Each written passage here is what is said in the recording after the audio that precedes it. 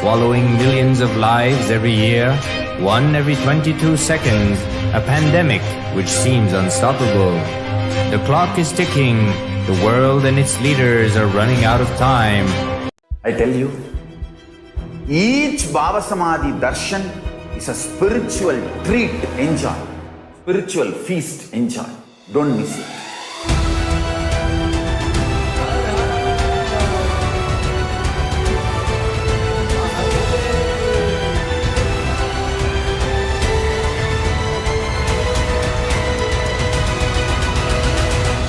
Never miss a Bhava Samadhi darshan.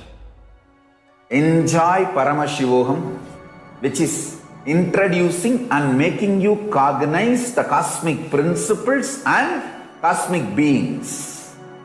The state of Paramashiva, space of Paramashiva, powers of Paramashiva, being of Paramashiva. 1 or 2 times have Ganapati darshan, Venkateshwara Bhava Samadhi darshan, Devi Bhava Samadhi darshan. By 3rd time, 4th time, you will see every prayer you are asking those beings, Ganapati or Venkateshwara or Subramanya or Parashakti. Simply those prayers become reality, and the relationship between you and that cosmic beings built.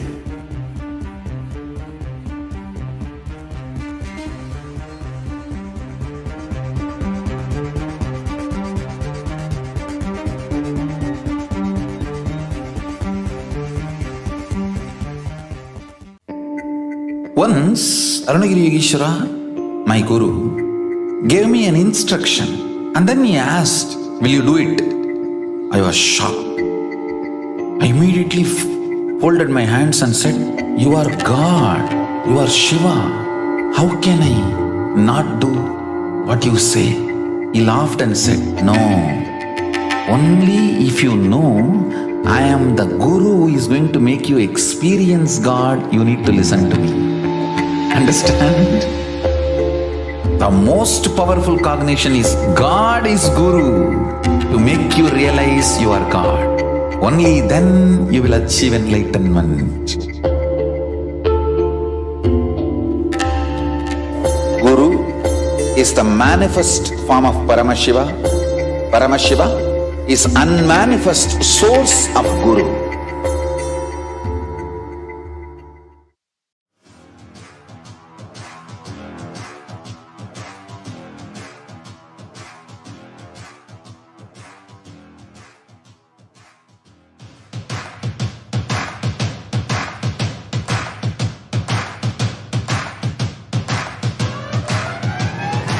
I welcome all of you, the whole world, to come and celebrate, enjoy not only the enlightenment ecosystem, the beauty of how it is getting revived. Be an insider for this great revival process.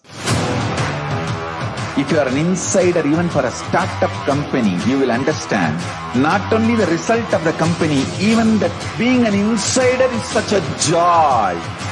Being an insider when it was happening is something extraordinary. So, I welcome all of you to come and be part of an insider of this revival of Kailasa, the enlightenment ecosystem, sovereign order of Kailasa, Kailasa nation itself. I request and welcome, invite all of you to become e-Kailasian. Get your free passport and make billions receive this free passport.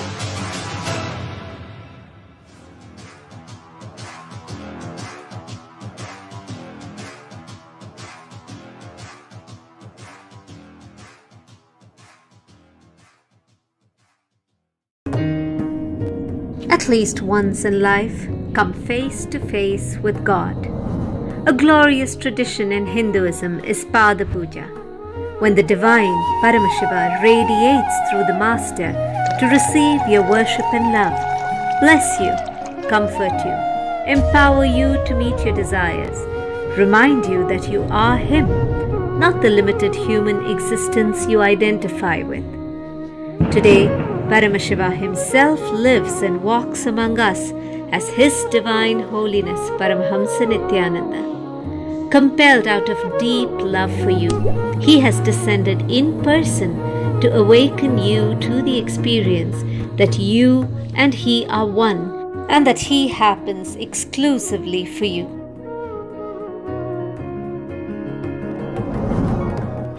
If you decide you, me, you, I'll give me to you. Come experience the ultimate, the Parama, that you possibly can.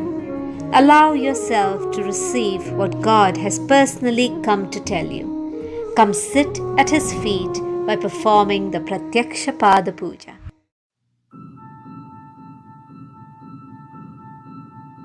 Hinduism cannot live exclusively as one sampradaya. No. All sampradayas of Hinduism is an ecosystem.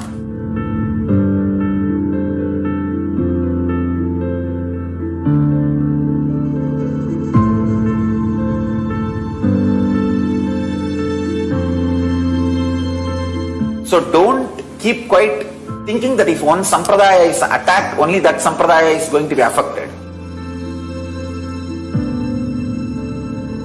All of us are ecosystem.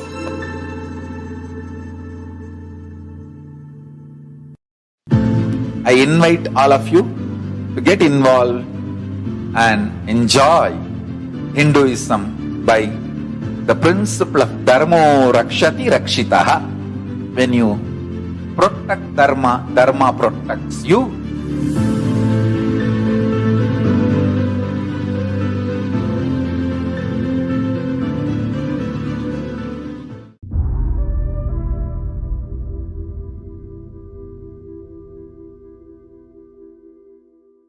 Possible as possible in this world.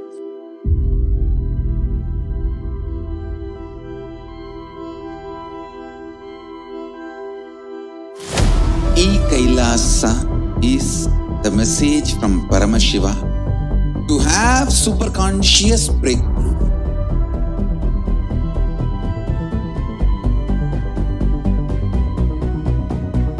Enlightenment, power manifestation, Paramashiva, everything served to you without you even moving out of your couch.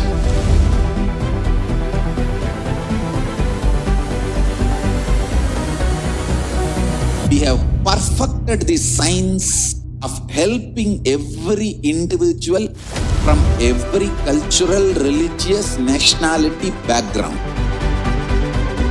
We can multiply the quality and quantity of your life.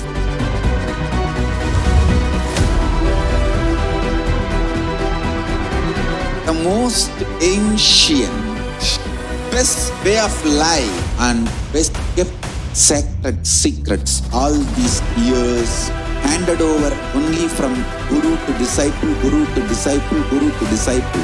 Secrets kept inside the Siddha Paramparas, Siddha tradition.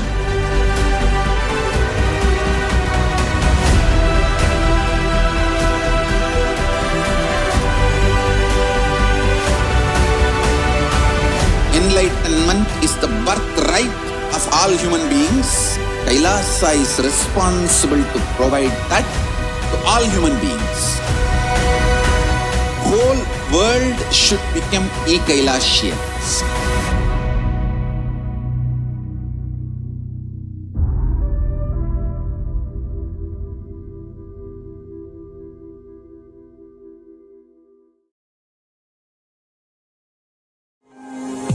Boy, girl, blue, pink, hunter, gatherer, gay, straight, bisexual, heterosexual.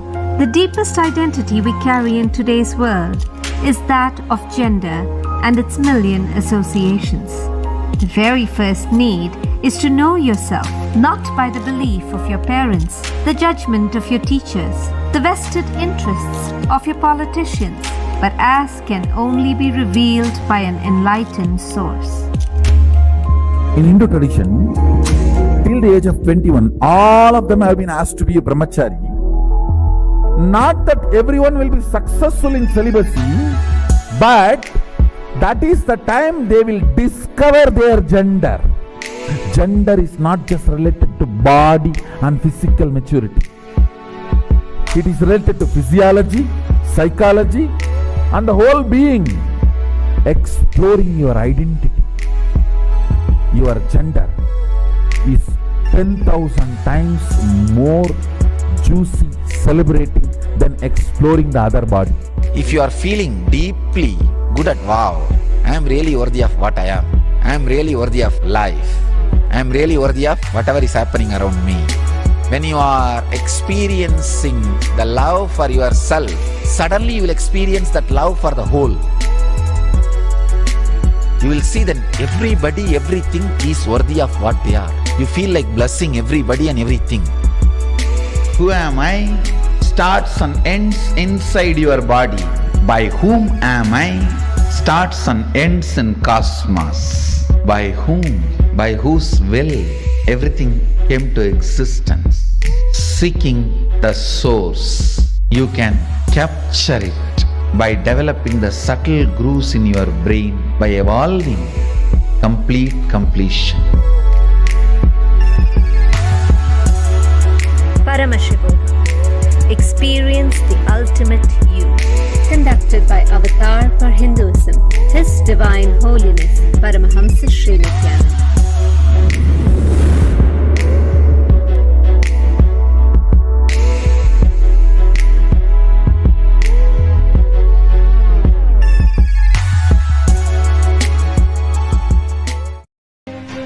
Born more than 1,000 years ago, devastating human societies, the ancient plague known as King's Evil thrives, swallowing millions of lives every year, one every 22 seconds, a pandemic which seems unstoppable. The clock is ticking, the world and its leaders are running out of time. I tell you, each Baba Samadhi darshan is a spiritual treat. Enjoy. Spiritual feast. Enjoy. Don't miss it.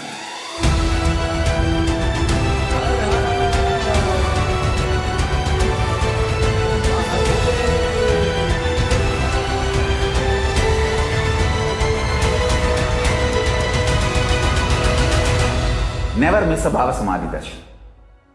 Enjoy Paramashivoham, which is introducing and making you cognize the cosmic principles and cosmic beings.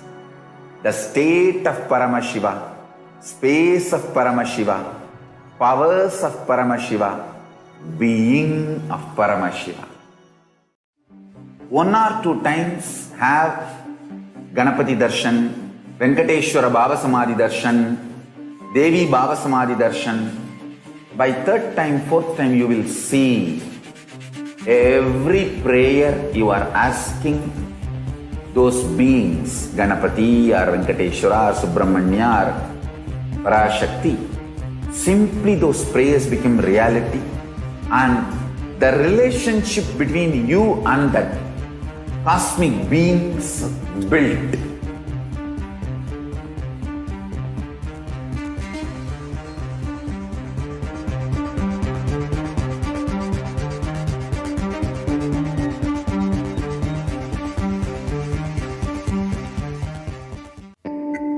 Once, Arunagiri Yogeshwara, my guru, gave me an instruction and then he asked, "Will you do it?"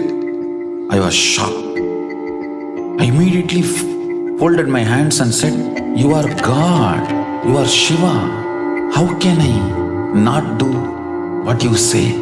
He laughed and said, "No, only if you know I am the guru who is going to make you experience God, you need to listen to me." Understand? The most powerful cognition is God is Guru to make you realize you are God. Only then you will achieve enlightenment.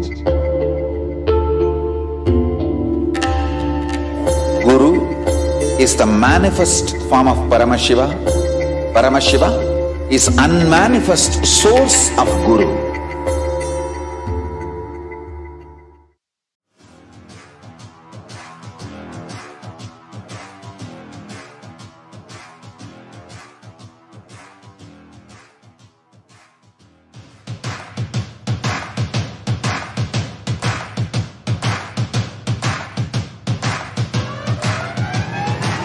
I welcome all of you, the whole world, to come and celebrate, enjoy not only the enlightenment ecosystem, the beauty of how it is getting revived. Be an insider for this great revival process.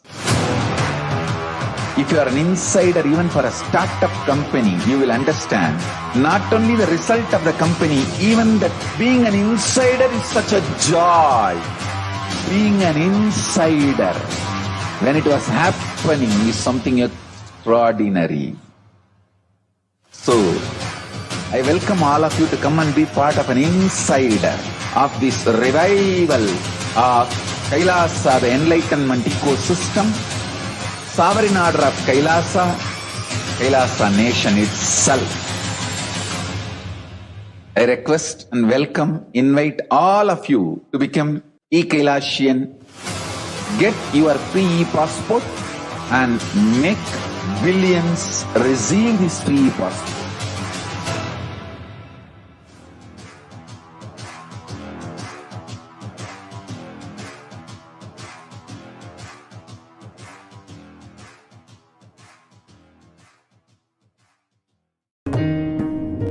At least once in life, come face to face with God.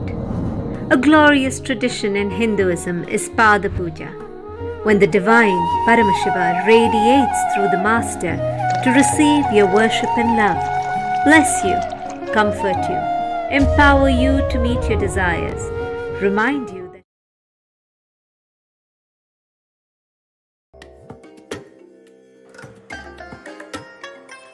I bless you all. Let you all open all your three eyes and manifest the powers of Mahasadashiva. Om Nithyananda Paramashivoham.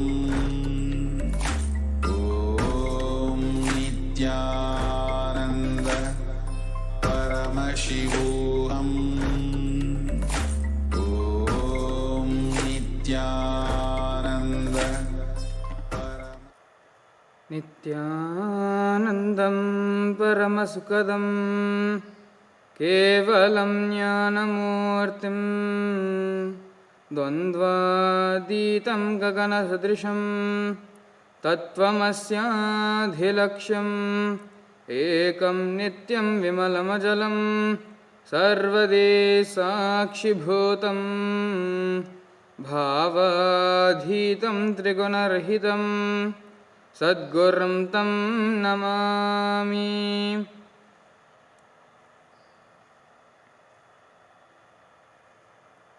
Nithyanandam, welcome each and every one of you joining with us watching Nithyananda TV, Kailasa's official TV channel.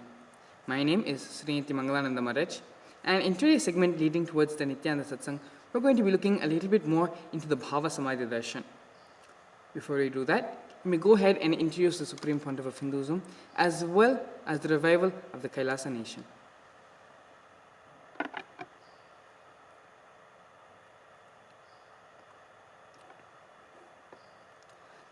The Supreme Pontiff of Hinduism, Jagat Guru Mahasannidhanam, His Divine Holiness, Bhagavan Sri Nithyananda Paramashivam, is the reviver of Kailasa, the ancient enlightened Hindu civilizational nation.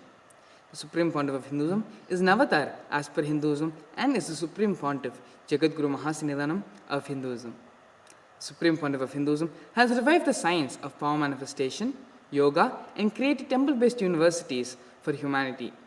The sovereign order of Kailasa is led by the Supreme Pontiff of Hinduism and the Nithyananda order of monks, nuns, and Hindu diaspora, and are working for global peace and to give a super-conscious breakthrough to humanity. Nithyananda Hindu University, the world's largest Hindu university with extended campuses in 150 countries, is collecting, organizing, preserving, time capsuling, decoding, spreading, and reviving 20 million source books on Hinduism. The Supreme Pontiff of Hinduism is also the 293rd Guru Mahasannidhanam of Shyamala Pita Sarvanya Pitam, which is the ancient apex body of Hinduism, as well as the present emperor of Suryavamshi Surangya Samrajyam. The Supreme Pontiff of Hinduism has survived the worst persecution of multiple assassination attempts on his person and on his character by anti-Hindu elements. News and updates from Kailasa. Yesterday, Kailasa's Nithyananda Hindu University entered into day 7 of the Paramashivoham Level 2 Season 25 program, crossing over 330 days of unbroken online services to people from over 100 different countries. Upcoming events: on the 7th of April, on the United Nations World Health Day, the Supreme Pontiff of Hinduism will be gracing all of us in the Bhava Darshan of Bhagavan Vaidishwara to be blessed with the best of health and spiritual healing of all ailments. To learn more or to register for the upcoming Bhava Darshan, you can visit events.kailasa.org. Now, entering into today's topic of leading towards the Nithyananda Satsangh, what are we going to be learning today? We're going to be preparing ourselves for the upcoming Paramashiva Vaidishwara Bhava Samadhi Darshan. For that, let us go over the different aspects of health in a person's life. How suffering exists in each and every aspect of a person's life, be it physical or mental. How the society is degenerative towards the health of humanity. And why you need to attend the Paramashiva Vaidishwara Bhava Samadhi Darshan. So these are some of the few things which we're going to be looking over in today's segment. So looking at the world today, as of 2017, 30.3 million US adults were diagnosed with heart disease. In 2017, death rates from heart diseases were 874.2 per every 100,000 people. Heart attack and coronary heart disease were 2 of the 10 most expensive conditions treated by the US hospitals at $12.1 and $9 billion respectively. Cardiovascular disease total costs are expected to reach $1.1 trillion by the year 2035. And what is very shocking is that this is just 1 out of 10 diseases of most chronic diseases, chronic illnesses in the world. And this alone is costing so much, not just in terms of its mortality rate, but financially as well. Every 4 minutes on average, 1 American dies from stroke. 130,000 Americans die from stroke each year. 795,000 people in the US have a stroke each year. Most are new strokes, however, 1 in 4 are recurrent. 49% of Americans have at least one risk factor for having a stroke. 34% of people hospitalized for stroke were under the age of 65. Stroke is also the 4th leading cause of death in America and a leading cause in adult disability. Lung cancer. 13% of new cancers begin in the lungs. 228,000 people are diagnosed each year with lung cancer. Lung cancer is the top cause of cancer deaths in the US. 80% of lung cancer deaths are caused by smoking.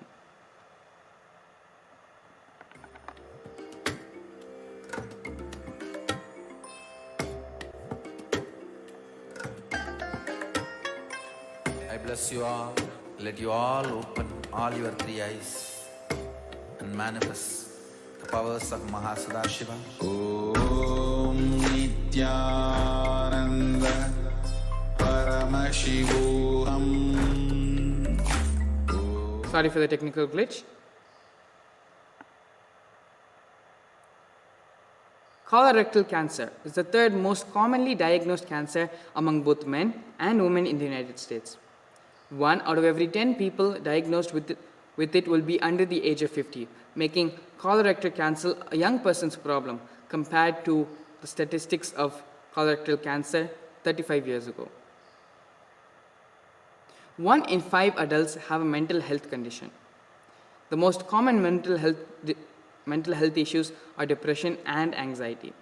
Women are twice as likely to suffer from depression as men are of their same age.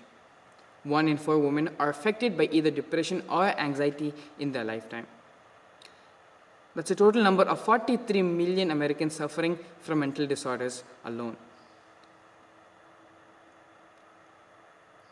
Arthritis. 1.3 million Americans suffer from rheumatoid arthritis. 50% of people with arthritis suffer from heart diseases as well.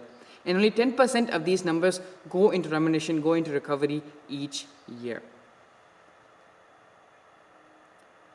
Here we have a illness known by osteoporosis, which is a bone disease that occurs when the bone loses too much bone, makes too little bone, or both. As a result, bones become weak and may break from a fall or, in serious cases, from sneezing or minor bumps. This disease is estimated to affect 200 million people worldwide, and 82% of bone specialists believe it is a silent epidemic.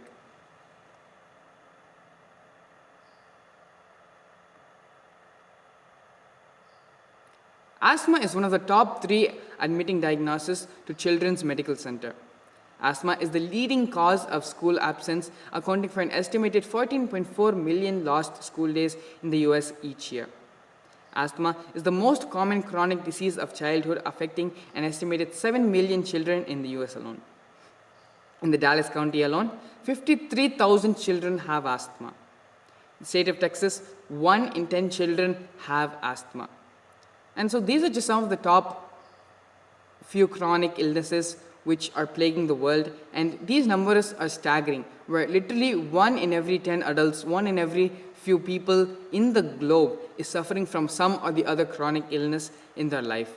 And it is pretty much safe to say that pretty much half of humanity is struggling with some or the other health problem, and even if they are not directly suffering from a health problem, they sure have a near and dear one who is suffering from such problems, and that is equally as impactful as it is to the mental health and emotional state of those people. Obesity. 24.9%, which is 1 in every 4 people of British adults, are obese. 62% of adults are already classified as overweight. Obesity levels in the UK have more than tripled since the last 30 years. The UK spends £48 billion a year dealing with healthcare and social causes related to obesity. Currently, there are 7 million cases of diabetes, 6.5 million cases of heart disease and strokes, and an additional 500,000 cases of cancer. While these are some of the health statistics of the various diseases the world is suffering with, let us take a deeper look into the lifestyle which a modern, everyday man is expected to adopt to survive in today's society. The modern lifestyle that has been kept in place for humanity keeps everyone hooked to the grid and is providing a false sense of security and safety net by which, by the end of one's life, makes them feel unsatisfied and discontented with the life they have lived. The modern lifestyle. A few facts about those people living in the rat race. 76% of the population that lives paycheck to paycheck will face serious problems if they suddenly lose their jobs. You progress in your career, but at the same time, more and more bills keep on piling up on your desk. A person entrenched in the rat race is the proud owner of a time-consuming job which desperately needs in order to be able to pay mortgage, rent, bills, credit card debts, and all kinds of liabilities. So what is the lifestyle of an everyday man? What is the lifestyle, the life laid out, the milestones laid out for such a person? First, they're expected to study hard at school and then get good grades. Then they're expected to go to college and earn a degree. After that, they send out resumes and try to look for job opportunities. Finally, when they land themselves in a corporate job and work as an employee, they find themselves with more disposable income. After that, they upgrade their lifestyle and consume more.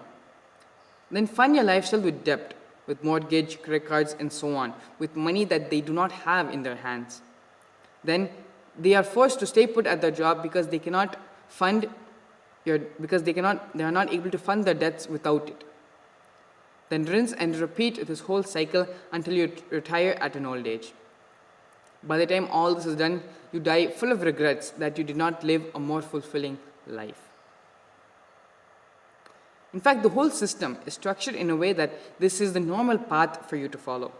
If you choose it and walk through it, you are celebrated by society. But if you choose to deviate from it and forge your own path, you're challenged and questioned for your choices. This is the default path that people will approach and is considered to be the safe approach. People will gladly participate in this vicious loop, unaware of its implications and consequences, just for the false sense of security it offers. Here we have some statistics on household debt.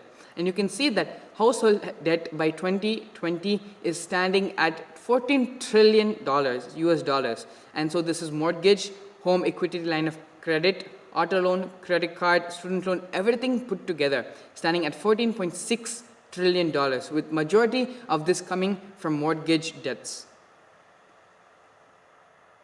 Here we have another statistics on student loan debt, where the highest amount of debt being at 548.4 billion is for the people between the age group of 35 to 49, and even the least number of student debt for people above the age of 60, even that number is standing at $67.8 billion.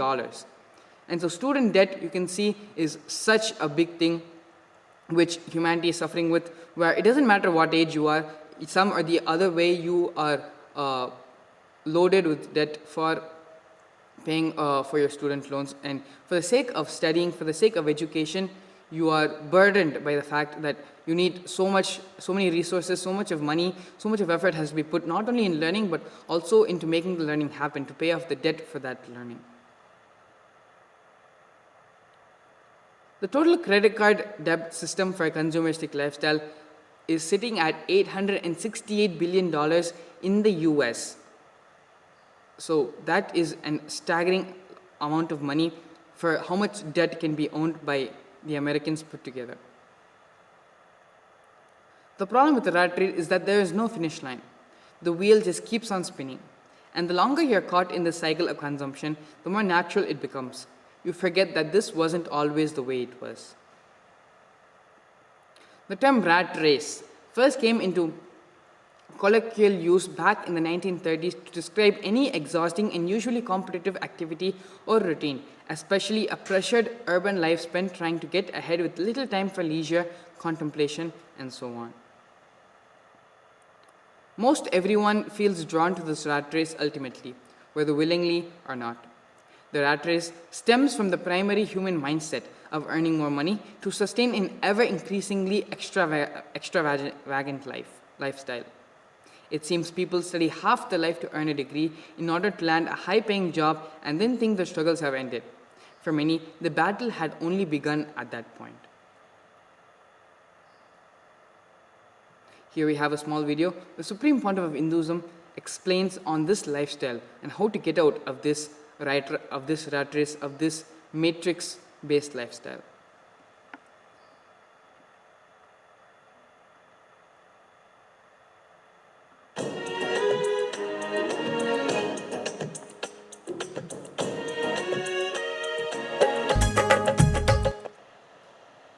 If your purpose is based on existential reality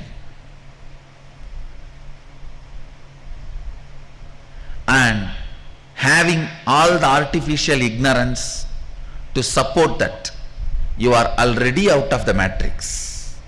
But if your purpose is artificial ignorance, even if you own the whole planet Earth, ownership idea itself is artificial stupidity.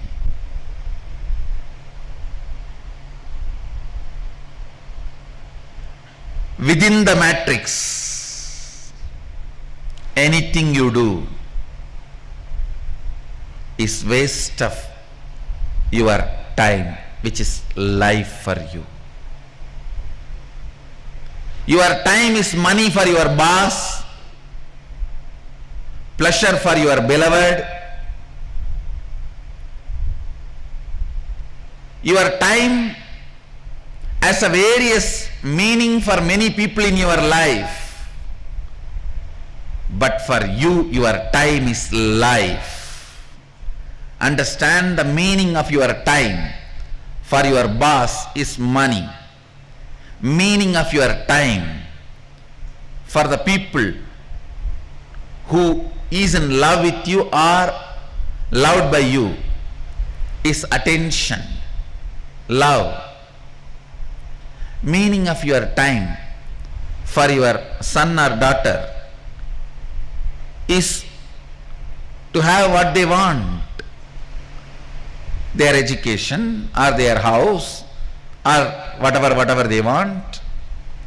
Each one of them have a different meaning for your time. Your meaning you need to have for your time. The word your time, the meaning you need to have is your life. Understand, if your purpose is existential reality and artificial ignorance, artificial intelligence of the matrix is used to support it, great, you are out of the matrix. But if your purpose itself is artificial ignorance or artificial intelligence, I tell you, you are wasting your life. You are not living, you are grown.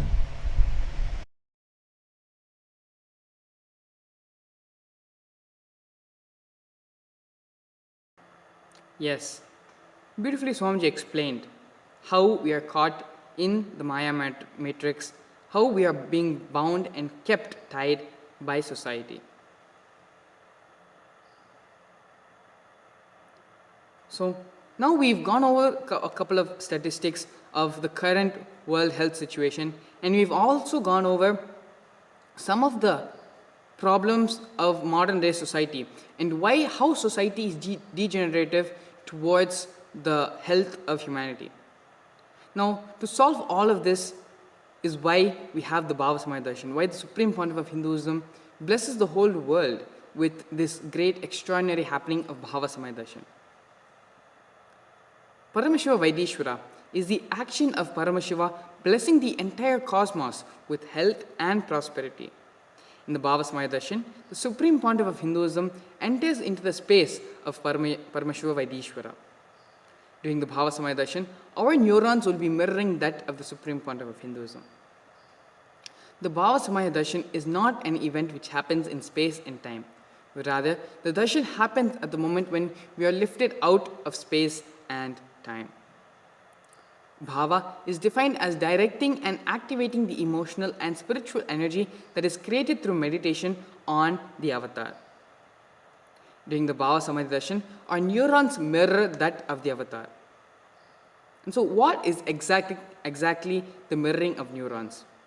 Here we have a beautiful video where Swamiji expands on the science of mirroring neurons. I am introducing one of the important sacred secret, spiritual principle to all of you. Please listen, the keyword, mirror neurons. Let me explain the concept. Then we will recognize many of our understandings with this truth. As I said, recognizing is recognizing. Mirror neurons. Very recently, I was studying a research paper where they beautifully established with various analysis, researchers on a very powerful truth. For example, if somebody is swimming in the ocean, you stand and watch. Whatever brain activity is happening in that person's brain, whatever activity is happening in his brain, in his neurons, please listen. Even if you are watching, the same activities are mirrored in your brain. The same neuron activities are mirrored in your brain. Listen. If you are watching totally, the same effect is mirrored totally in you. if you are absorbed in it, you also know a little swimming. Please listen. If you know a little swimming and you are absorbed in it, you are not swimming, you are just standing. Both brains are in the same frequency, the same effect, and no difference.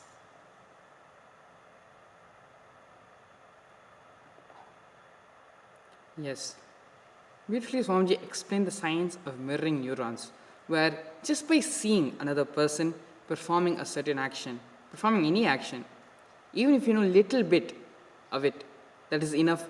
You will also be imitating the same neuron activity, will be mirroring the same neuron activity as the person you are seeing, and your neurons, your brain activity will be that of the person who is performing that action, even though you are not.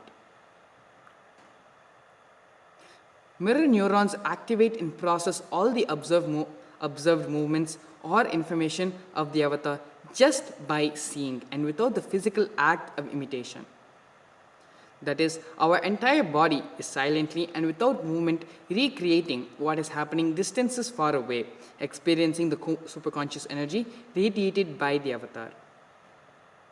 The science of Bhava Samaya Darshan knows no distance. It is a phenomenon modern science is just discovering and terming as quantum tunneling. Our thoughts per second reducing significantly, and we relax into the space beyond thoughtlessness, becoming mentally at ease with coexisting dimensions beyond duality. We and the divine become one, unconditioned by the parameters of time and space. So exactly what is the science of Bhava Samaya Darshan? Before I enter into this segment, let me go ahead and introduce some of the panelists who are joining with us here today, some of the devotees and disciples who are joining us from across the globe to be a part of today's discussion. Along with myself, I also have Murliya joining us from Chennai, Tamil Nadu, Renoshan Edmund joining us from Montreal, Canada, and Sri Nithyananda also joining us from Canada. Thank you all so much for coming today and being a part of today's segment, leading us towards the Nithyananda Satsangh. So why don't we go ahead and we can start by all of you introducing yourself, and then we can enter into the subject topic of today's discussion. Renoshan, maybe you can go ahead first and introduce yourself for all of us. Please go ahead. Thank you, Maharaj. Nithyananda, everyone. My name is Renoshan, and I'm born in Montreal, Canada, now living in Toronto, Canada. And I've been a disciple of Swamiji, the Supreme Pontiff of Hinduism, Jagadguru Mahasannidhanam, since around 2013. My first program with Swamiji was Mahasadashivoham, and since then I also attended the Paramashivoham seasons, which is consistently going on even to this day. I've also got a background in software engineering and a little bit of a background in medicine. And yes, this is a little bit about me. Thank you for inviting me out to today's pre-satsang panel. Yes, thank you so much, Renoshan, for coming today and being a part of today's segment. Sri Nithyananda, you can go ahead next and introduce yourself for all our viewers. Please go ahead. Nithyananda Maharaj, thank you. Nithyananda, everyone. Yes, I was blessed in 2015 with Brahmacharya initiation and the spiritual name of Sri Nithyananda. And I grew up in Canada. I became an elementary school teacher, and I was in the education field and computer engineering technology since 1998. I had my inner awakening experience with Swamiji in 2009. And in 2015 was initiated into the sannyas lifestyle in Adi Kailasa outside Bangalore. And so just really been learning about how to apply the life sciences, actually, the spiritual life sciences, the energetic life sciences as a science to all the various issues facing humanity today. Thank you, Nithyananda. Yes, thank you so much, Nithyananda, for coming today, being a part of today's segment. Murliya, you can go ahead next and introduce yourself for all our viewers. Please go ahead. Thank you, Maharaj. This is Murali from Chennai, India. I came to attend one inner awakening program in 2013. Now, this inner awakening is actually a 21-day meditation retreat, which Swamiji used to conduct back to back throughout the year, like how Paramashivoham was happening today. And it was a really life-giving experience for me. Because back then I was in a totally confused state. And I was so confused and a part of confusion that I didn't even realize that way. One thing what I was for sure is, I didn't know where I was going. I was totally directionless.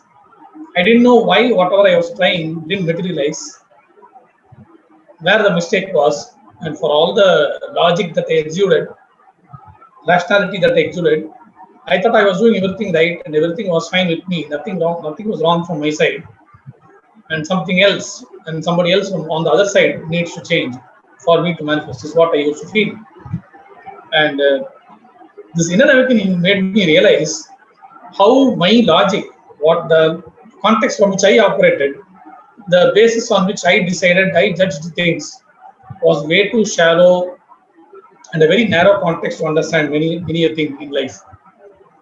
And the way Swamiji made me realize this, it's really wonderful. He deflated my ego without actually damaging it, if I want to put it in one sentence. So it's a very wonderful journey since then. He made me realize that there are many other things waiting to be explored from my side yet, before I understood what is right and what is wrong. So that cannot be experienced in words or in a very short time as we have now. So I think it would be sufficient to say that just repeat whatever Swamiji was saying. Life before Guru might be logical, but after Guru it's always magical. Yes, made me realize the truth of the statement. In fact, it is so magical that I'm even talking in a public forum that is being watched around the globe. So he has given me the confidence and clarity to do that. So can't thank Swamiji enough for that. And thank you for the part time now for knowledge. Yes, Ayya, thank you so much for coming today, being a part of today's segment, Ayya. So, entering into the topic of discussion for today, initially when we started out this segment, we first went over a couple of statistics on the global health situation, how the different chronic diseases, how it's affecting every one in a couple of people, every 1 in 5 people, every 1 in 10 people, and the cost of paying, not only the patients paying, but even healthcare institutions, trying to heal the patients and get them out of the disease. All of those numbers are not below billion. All those numbers are at least minimum 1 billion and more. And so this is the extremely sorry state of today's health situation in today's world. And not only is the health situation this bad, the society, the way it's functioned, the framework with which it has given and has laid down its rules and regulations as to how a person should live their life. From the moment a child is told to go to school and work hard, and then from that leads on to college and then student loan, and from that leads on to a 9-to-5 paying job, and from that leads on to consecutive different things in life, where finally you are continuously running, but without an end and without reaching. There is no end basically, and you are made to run, and you're always, that carrot is being dangled in front of you, where you're saying, if you do this, you will reach your destination. If you do this, you'll reach your destination. And you think, okay, maybe after I finish studying and I get a job, my life is settled. But then after getting a job, you feel, okay, if I get a little bit more higher paying job, if I cover this insurance, finish that loan, pay off this debt, then my life will be at peace, my life will be settled. And this cycle just keeps on going and going and going, where finally you become older than 60, where you can't work anymore. You just have to sit back and feel sorry for yourself, feel bad about the way you lived your life, and be fundamentally feeling discontented and unsatisfied and incomplete with the way how you did not live life to your fullest. So these are the two things which we had discussed till now as a part of today's segment, and why don't we go ahead and share some of our thoughts on the way modern society has, even though it doesn't say it actually, and by dictionary definition, they have not made us slaves. There's pretty much the same thing which is happening by hooking us to the grid, and by the lifestyle which is laid out from the time you are made to study. to college and college debts, and to the time you go to a 9 to 5 paying job. This whole set of situations, set of scenarios, how it is enslaved humanity, and humanity doesn't know, and even if they are aware of this, they don't know how to break free from it. So maybe Ronoshi, you can go ahead and share some of your thoughts on this subject. Please go ahead. Yes, thank you, Maharaj. One thing I can say about this is, see, again, it's as you're sharing, whether it's intentionally happening or non-intentionally happening, whether it's an explicit thing or implicit thing, what's happening now is, as I remember Swamiji sharing, is conscious slavery. Conscious slavery means what? Conscious beings are being made to put it to work very monotonously, very, in a way where the conscious expression, the conscious freedom is not being allowed to fully express itself. The uniqueness of that individual consciousness is not allowed to be able to express itself as it is. And so why is that? One thing I can say, just on the surface level at least, which also has implications on the depth level, is, again, it comes back to what is the context for life? What is the context for life that's held in whichever society or culture or civilization in which you're living? What is the narration? What is the context for that civilization itself? See, Hinduism is Kailasa is an ancient Hindu civilizational nation. It's a civilization also. The very context is there. It's set as a civilization. Same way how we have Western civilization, there's also the Hindu civilization. The Western civilization has certain cognitions which form its base, has certain contexts for life which form its base. And from that base, the civilization starts to grow brick by brick. And those bricks end up being what the expression of that civilization is. Different cognitions of different contexts for life. Unfortunately, the context for life that's happening now in the, I can say, modern world is in a way where we feel that this routine lifestyle, the draining your health to work and then working to attend your health, working to remove your debt, taking debt so you can actually pay off things that you pay for. And so it's a vicious cycle, actually. This is there's a certain context for life which encourages this as the normalcy, saying that there's no actually other way to live. There's no other way to live other than having non-veg as the normal diet. There's no other way to live other than living up to 60, 70 years old. There's no other way to live other than having toxins in the food, whether non-veg or veg, plastic food. There's no other way to live other than having school systems, which are, I don't want to comment too much on that, but it's the space where the uniqueness, the flowering of the consciousness is not allowed to fully express itself. In the modern civilization, the Hindu civilization, the very context for life is different. The very context for life is superconscious breakthrough. The very context for life is your consciousness celebrating itself as many. And from this, the education system starts. From this, the Gurukul flowers. And every single being in the Gurukul expresses the Ishwaratva. Wherever they go, whatever they do, they manifest the Ishwaratva. They become leader. Same way with the politics or the economy or the technology, the agriculture, medicine, architecture. In every level, the very context for life is your consciousness. Your consciousness expressing itself as many. And so from there, the very idea itself of illness and disease is addressed from this cognition, from this context, from the root. From that root, okay, is there some illness that is happening? How is the impact having on the consciousness? from where is this disease happening? It's not that the medicine is not there. It's not that the physical medicine does not apply in all these things. No. But the right cognition about the medicine makes sure that you take the right medicine. The right diagnosis happens. Without the right diagnosis, you can spend years taking medicine, which is actually poisoning your body further. So this is what's happening in today's modern world also, actually. So this is what I wanted to share about today's topic. Is it again comes back to the context for life. What is the context for life that you have? What is the context for life that is in your ecosystem?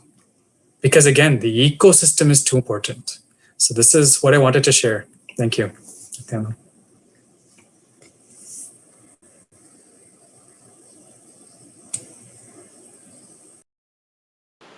Yes, thank you so much, Vinoshan, for sharing so beautifully how modern society has still enslaved us and is continuing the conscious enslavement. Srinidhi Nityananda, is there anything you would like to share at this point on how the health situation of the world is so horrible, and at the same time society does not support in any way to improve the health situation? Rather, it is one of the major causes for why the situation is at its current state. You can go ahead and unmute yourself, and yes, please go ahead. Sure, Nityanam, thank you, Maharaj. One of the important things is like on any distribution, any bell curve, the majority classification is in the middle. So the majority of the class will be a middle class. So on any distribution, the majority will be a middle class. So the middle classes will be living, the middle classifications will be following a middle class lifestyle. And so, in terms of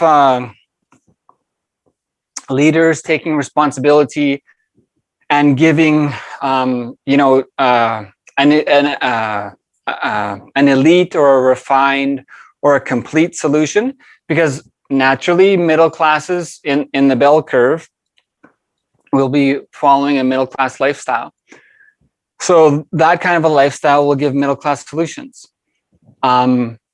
So in order to give like a higher science, a life solution, a spiritual solution, because on any distribution, a middle class, the middle classification of people will follow a distribution where some people want solutions only to a certain extent.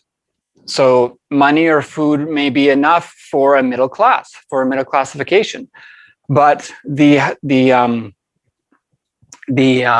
higher percentile, those who need to lead with guaranteed and proven solutions for all of humanity, not just to follow obtaining gold or food or lust satisfactions, but for those leaders who need to give solutions to the larger distribution of middle classification of people following middle class lifestyles, the leaders who need to lead and embody solutions and give proven solutions that work for everyone, that is it's a higher percentile, it's a smaller percentage.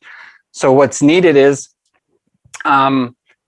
and naturally it will be a smaller group of people. On any bell curve distribution, the middle classification will always be the largest group. The middle class will always be a largest group. And so what's needed is people who take up the although rare, the proven solution for everyone.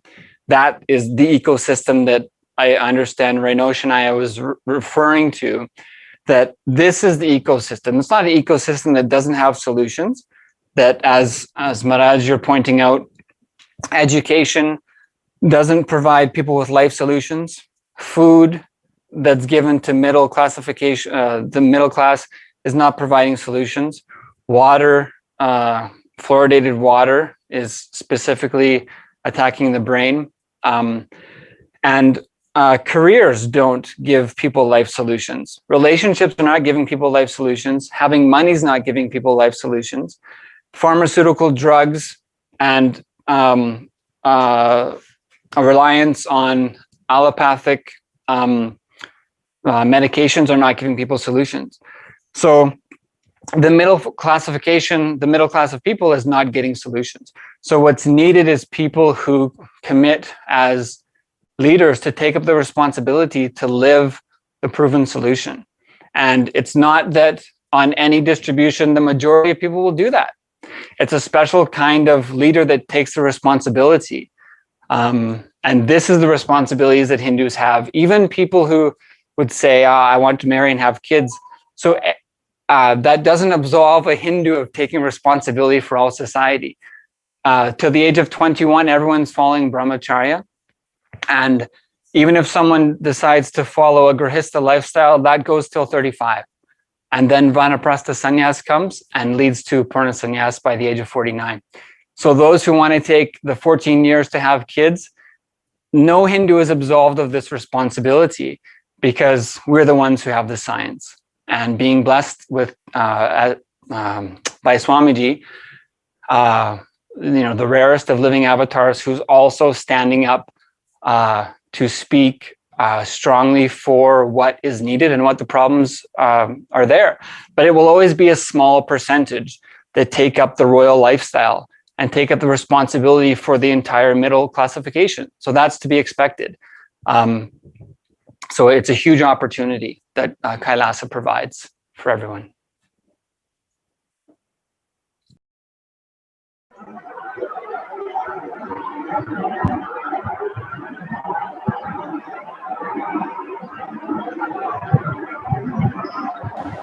Yes, thank you so much, Sri Nithyananda, for sharing so beautifully on the current situation of today's society. Mulyaya, is there anything you'd like to add at this point? You can go ahead and contribute. Please go ahead, Aya. It's a very broad topic today, how you are in a race, all that. See, I think I should go back to my inner awakening time when whatever I said during the initial take, I'd like to expand there and start from there on, I should believe. Actually, we were instructed not to bring mobiles in the main hall where the program was happening. And I was pretty angry. And as I said, I was very rational at the time, logical at the time. So I did not like anybody asking me to part with my mobile. In fact, I used to be angry with even my workplace, where they said mobiles are not allowed inside the workplace. Come on, I would wonder, we are not kids. We don't need to be monitored every minute about what we are doing. As long as the job is happening on time and we are delivering whatever we need to deliver, why should we be instructed that we should not use mobiles inside the workplace? This is how I used to argue. And even with Swamiji, I had the same anger at that time when he said that we should not bring mobiles. But slowly I began to realize that no big deal, just no big deal. Without the mobile, it's not as though the whole my workplace, my company is going to come down. It's going to start all over again or something. I'm not the chief officer who's taking care of a lot of things, and I'm going to be consulted and all that. So, this realization slowly started dawning on me, and it was really wonderful. The way this realization was dawning inside me was really, really pleasant. Nobody told me this. And the way the realization was dawning on me was really pleasant.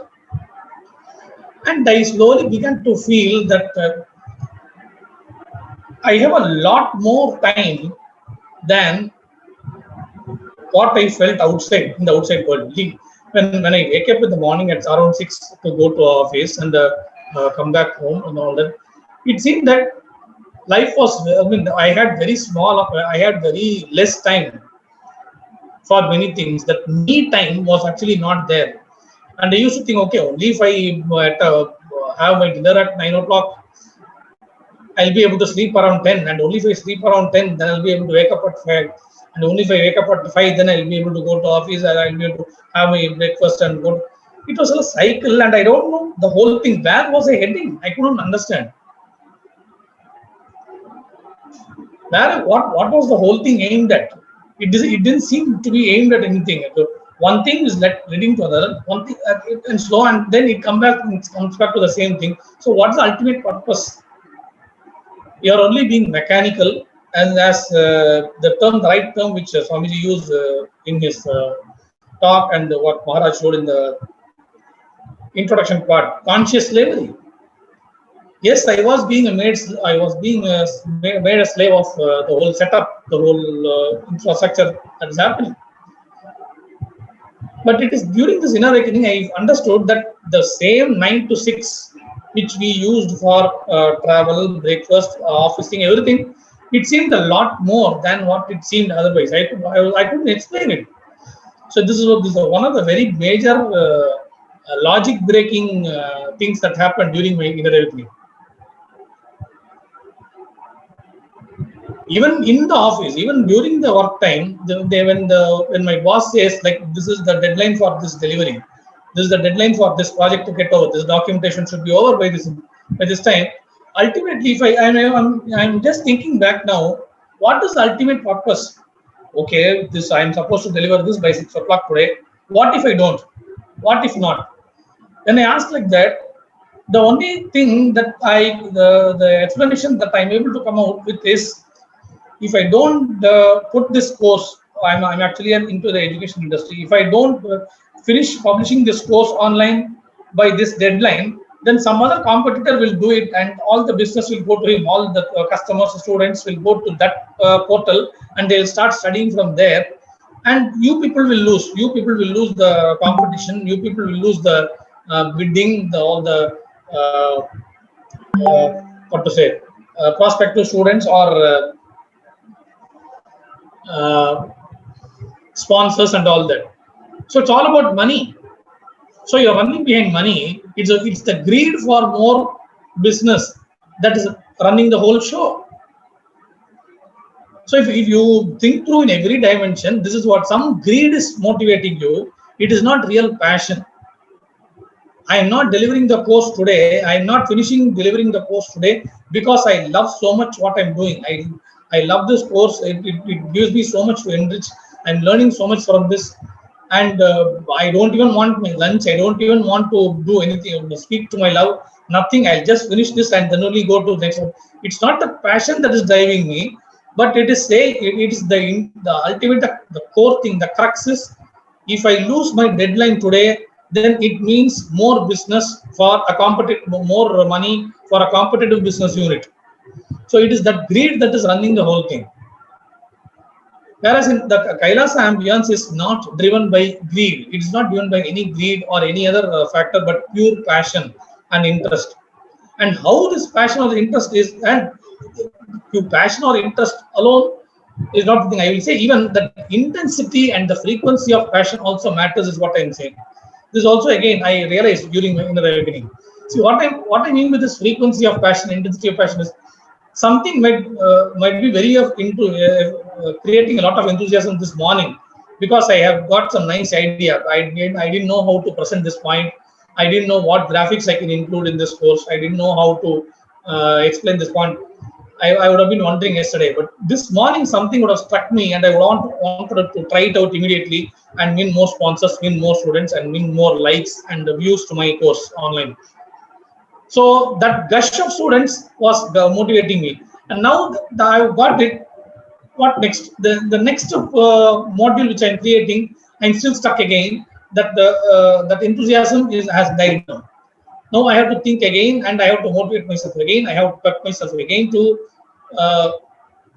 generate the same amount of interest. This up and down also is okay in Kailasa if it is real passion, that is what is driving you. But again, in a corporate world, in the outside world here now, this won't work.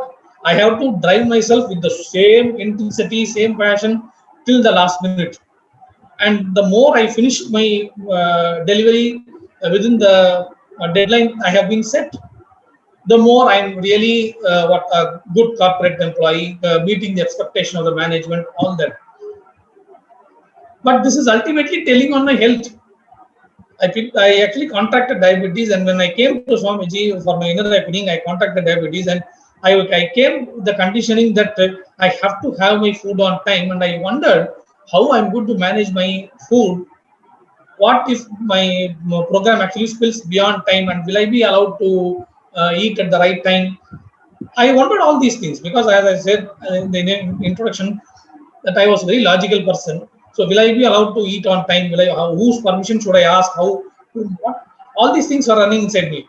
But I came to realize that actually that pattern, that fear pattern broke in me, and believe or not, that was the first time I even did my Nirahara Samyama. And whether my diabetes got well or not, diabetes got set right or not, my fear that I should eat on time, I should eat a certain quantity of food, that fear got broken once and for all. And now I'm telling myself, and I'm telling the outside world also unabashedly, that diabetes is not any health issue at all. Especially if you are in the Kailasa ambience, it is not a big deal. So this is one of the patterns that got broken in me. And when I deliver my course, when I do my work based on any deadline and not true passion, it is not going to serve anybody any purpose. See, on the outside, it might look that I have delivered, but then it is sure going to die out. That the initial impression that you might like to create, that you might want to think that you have created in the opposite person, the person for whom the course was delivered. Initially, it might seem like, yes, I have gained his impression. I have gained the good, got into his good books. But it is not going to sustain for long, is what I see in the long run.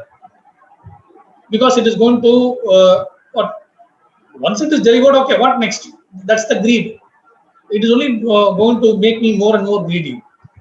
But in this Kailasa ambience, when I think through, when I understand how things are working, when I understand how people are choosing what they want to do and how they are going ahead with what they are delivering as far as established Kailasa ambience is concerned, it is driven by pure passion, and that it in fact has got its own impact on how the whole thing is perceived by anybody on the outside. When it is driven, see, I got to know this even how the Adi Kailasa was constructed. Back then, the way to the entrance from the gate to the entrance, actually the floor was not cemented, and I was angry with Swamiji for not doing that. Come on, when you are having an international organization, can't you have a cemented floor to welcome people? Is what I used to get angry. And then I realized, come on, the whole thing is constructed out of only volunteerism, and he's already given a beautiful ambience. Is what this again one more dimension in which my pattern got broken, my logic got broken, and everything is delivered. And it is rough. The floor is rough on purpose because it is going to activate your acupressure points on your soles. If you have a too smooth a floor, then that will not happen. So everything is there with a purpose. So these might appear as little things. As I said, a lot of my logic got broken in the Kailasa ambience, and it continues to get broken. So there's no explaining it in one phenomena in depth. Maybe I can't do it. Somebody else can do it maybe. But a lot of logic got broken like this. And Kailasa is a very beautiful ambience on the whole because it is intended for enlightenment, a conscious growth. This can never be flourished in any other way than what Kailasa is providing to the world. In many dimensions, Kailasa is making this happen for the entire humanity. So we can't thank Swamiji enough for how he is doing things, the way he is manifesting it. So somebody can ask me direct questions, maybe I can put it because I can't. I'm not able to imagine at one particular point and say like this. Yes, yeah. So thank you, Maharaj. Yes, yeah. So I might need to interrupt the flow here, but we have actually a very opportunity being presented to all of us right here and right now. Swamiji will be coming and joining very soon. Will be joining us very soon for the live satsang, and you'll have the opportunity to post your questions on the topic of superdeterminism, which Swamiji has been speaking about continuously the past couple of days. If you have a question which you want, which you want directly the Supreme Pontiff of Hinduism to answer and to clarify, you have that opportunity, that chance today. You can post your questions with the hashtag superdeterminism and with the hashtags as the avatar on Twitter. And some of these questions will be taken directly to the Supreme Pontiff of Hinduism, and he'll be answering them directly in the Satsang today. So if you have any questions, anything you would like Swamiji to speak about related to the topic of superdeterminism, please go ahead. Please feel free to go ahead on Twitter and post with the hashtags superdeterminism and with the hashtags as the avatar. Your questions will be selected. A few of the questions will be selected and get an opportunity to have them answered by the Supreme Pontiff of Hinduism directly. And with this, I'm going to take today's pre-satsang segment to the next part of today's discussion, which is the Bhava Samadhi Darshan. So extensively, we've spoken the different ways how society is enslaving humanity. And through different ways, different methods, through various names, humanity is suffering on so many different levels. So the solution to all this, we've discussed how humanity is suffering and why that's a bad thing and how it's becoming some sort of an unpreventable state. How can we get rid of this? How can we heal?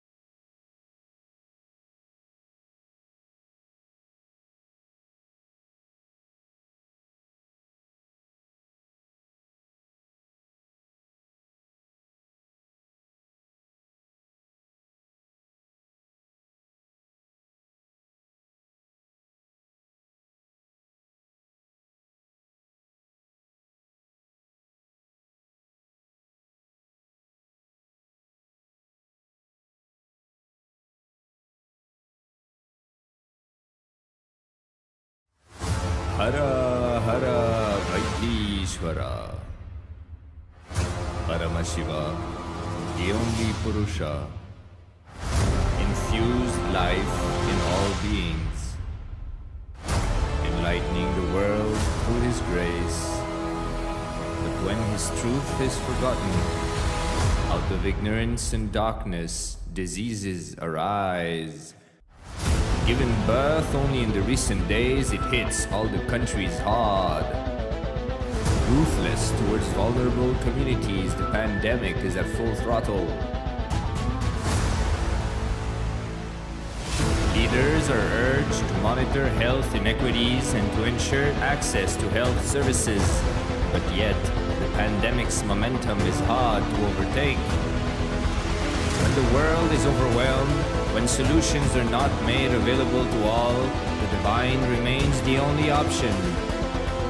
Engaging in prayers, beings yearn for the divine grace. Seeking refuge at the feet of the ultimate being, Paramashiva, Vaidishwara, and at his feet, no prayers remain unanswered. Out of pure compassion, he assumed the human form to bestow his grace upon his devotees. Name bhakta pranashyati. My devotees do not perish. Raise yourself by entangling with the avatar. Receive the blessings and direct healing and protection from Vaidishwara himself.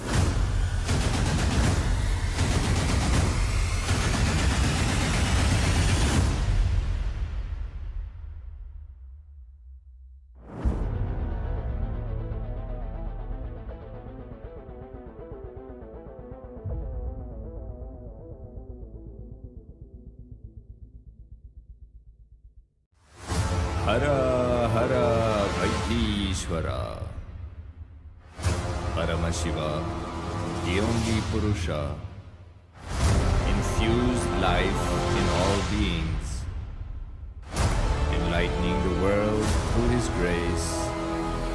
But when His truth is forgotten, out of ignorance and darkness, diseases arise.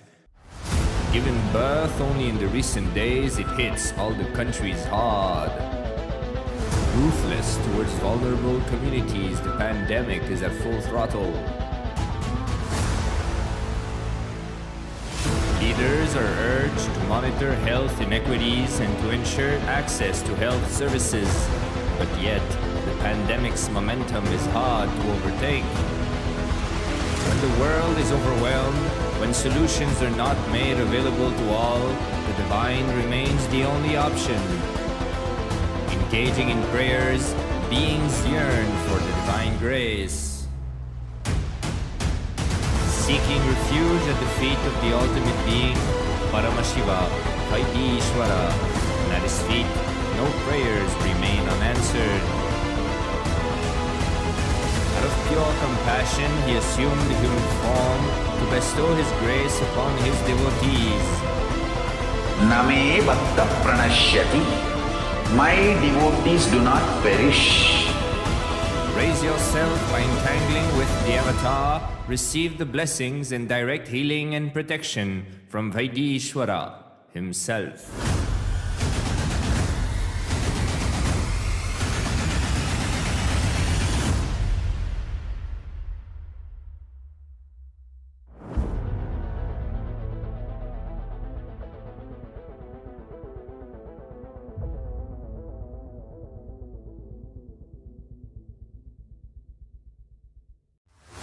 Hara Hara Vaidishvara, Paramashiva, the only Purusha, infused life in all beings, enlightening the world through his grace.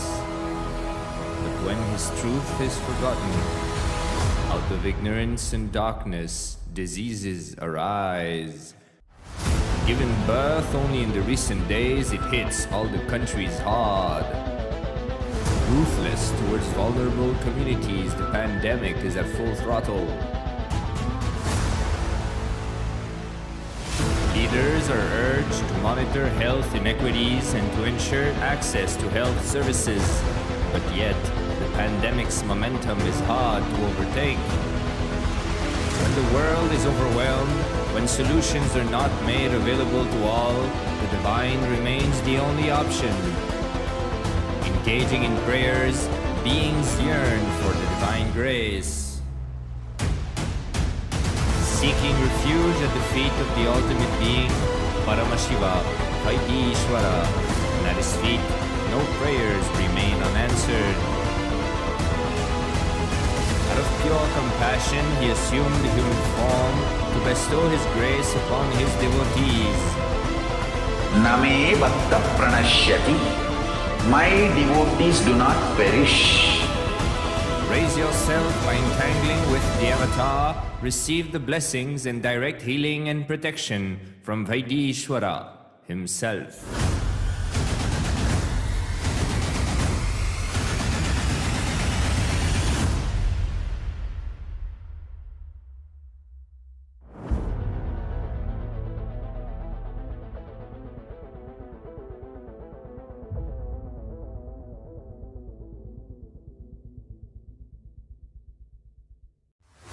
Hara Hara Vaidishvara, Paramashiva, the only Purusha, infused life in all beings, enlightening the world through his grace. But when his truth is forgotten, out of ignorance and darkness, diseases arise. Given birth only in the recent days, it hits all the countries hard. Ruthless towards vulnerable communities, the pandemic is at full throttle. Leaders are urged to monitor health inequities and to ensure access to health services, but yet the pandemic's momentum is hard to overtake.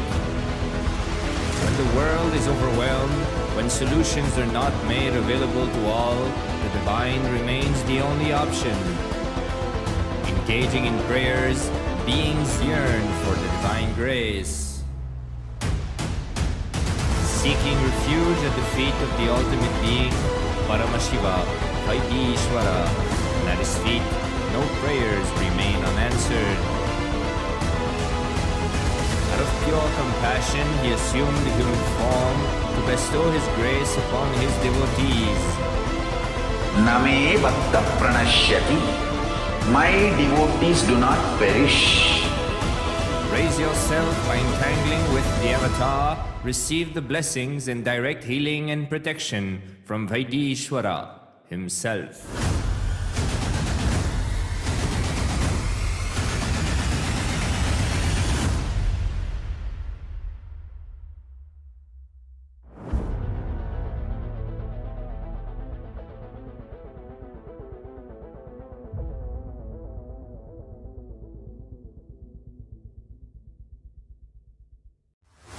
Hara Hara Vaidishwara, Paramashiva, the only Purusha, infused life in all beings, enlightening the world through his grace.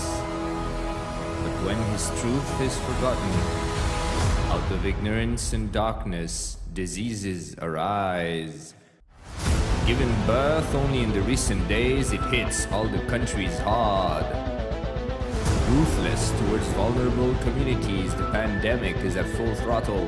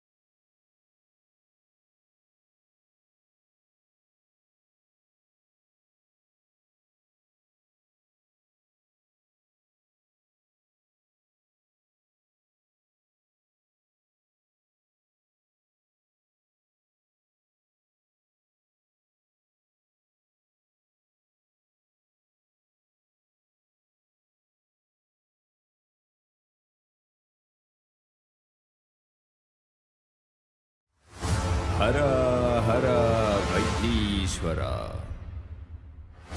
Paramashiva, the only Purusha, infused life in all beings, enlightening the world through His grace. But when His truth is forgotten, out of ignorance and darkness, diseases arise. Given birth only in the recent days, it hits all the countries hard. Ruthless towards vulnerable communities, the pandemic is at full throttle. Leaders are urged to monitor health inequities and to ensure access to health services. But yet, the pandemic's momentum is hard to overtake. When the world is overwhelmed, when solutions are not made available to all, the divine remains the only option. Engaging in prayers, beings yearn for the divine grace. Seeking refuge at the feet of the ultimate being, Paramashiva, Vaidishvara, and at his feet, no prayers remain unanswered. Out of pure compassion, he assumed the human form to bestow his grace upon his devotees. Name bhakta pranashyati. My devotees do not perish. Raise yourself by entangling with the avatar, receive the blessings and direct healing and protection from Vaidishvara himself.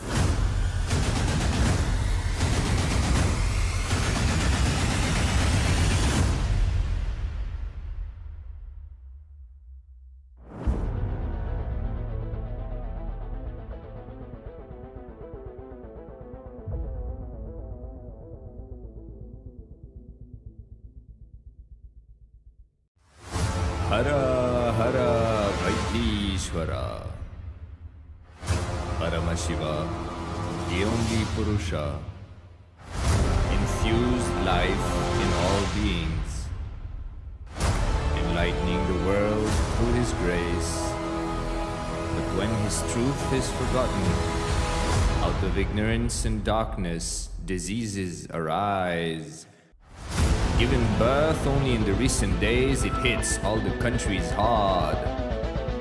Ruthless towards vulnerable communities, the pandemic is at full throttle. Leaders are urged to monitor health inequities and to ensure access to health services. But yet, the pandemic's momentum is hard to overtake. When the world is overwhelmed, when solutions are not made available to all, the divine remains the only option. Engaging in prayers, beings yearn for the divine grace. Seeking refuge at the feet of the ultimate being, Paramashiva, Vaidishvara, and at his feet, no prayers remain unanswered. Connecting with the divine, with your eyes closed, is meditation. Connecting with the divine, with your eyes open, is darshan. Come, let us all now move from meditation to darshan. Slowly, very slowly, please open your eyes. Abhayam tarum lingam Ananda Nityan Tanda Ananda Lingam பிணி நீக்கும் உயிர் காக்கும் ஞான ஒளியாக பூத்த நித்யானந்தன் தந்த உயர்லிங்கம் ஆதிலிங்கம் ஜோதிலிங்கம் அற்புதலிங்கம் ஞானலிங்கம் நித்யன் தந்த ஆனந்தலிங்கம் ஆதிலிங்கம் ஜோதிலிங்கம் அற்புதலிங்கம் ஞானலிங்கம் நித்யன் தந்த Ananthalingam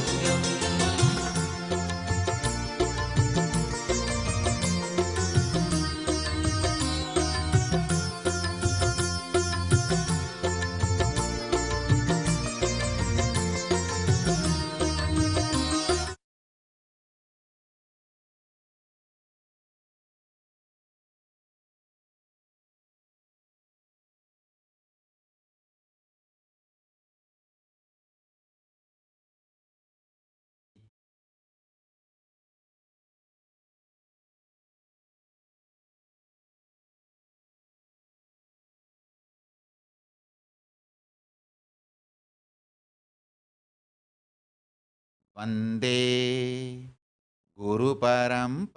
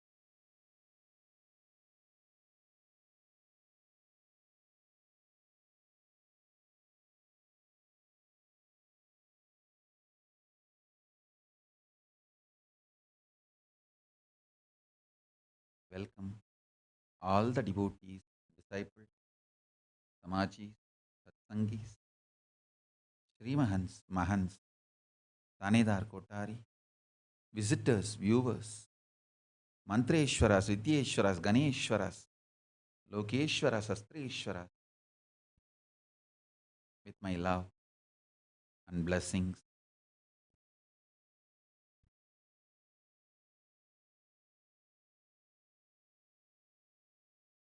Paramashiva's message directly from Kailasa.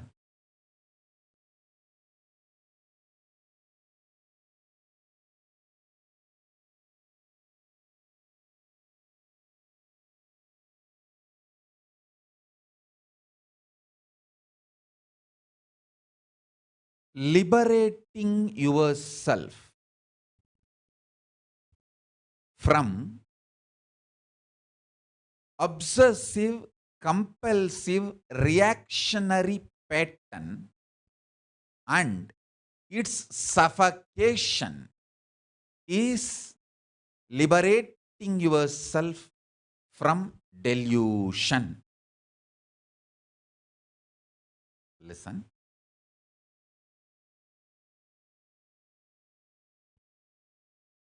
The greatest suffering is identifying yourself with your obsessive, compulsive reaction and suffocation it brings in your life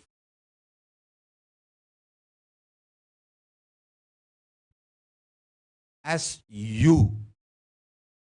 I'll repeat.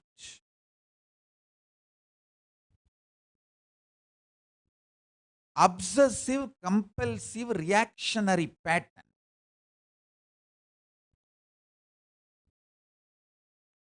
You identify yourself with that pattern and not only you identify yourself with that pattern, all the suffocation that pattern brings, you start blaming everyone other than you. That is, I tell you, this is the worst delusion in the life. Even if you drink a cup of coffee, because of the obsessive, compulsive, reactionary pattern, it is drinking poison. Because the coffee is going to strengthen this obsessive, compulsory, reactionary pattern. Obsessive, compulsive, reactionary pattern.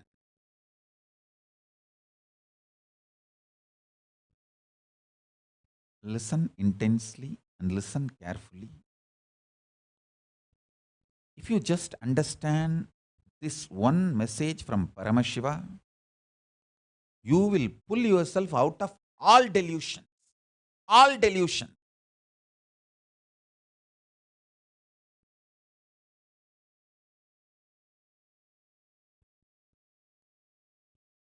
This obsessive, compulsive, reactionary pattern, you strongly feeling that pattern is you, and all the suffocation comes with that pattern, you start blaming everyone around you, saying that they are all suffocating me, instead of looking inside and solving it, attending to it.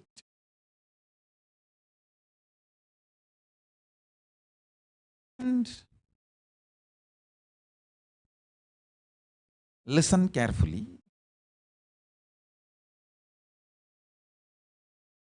Every time a disciple listens to my words, my instruction, Guru Vak, he is blessed, protected, showered.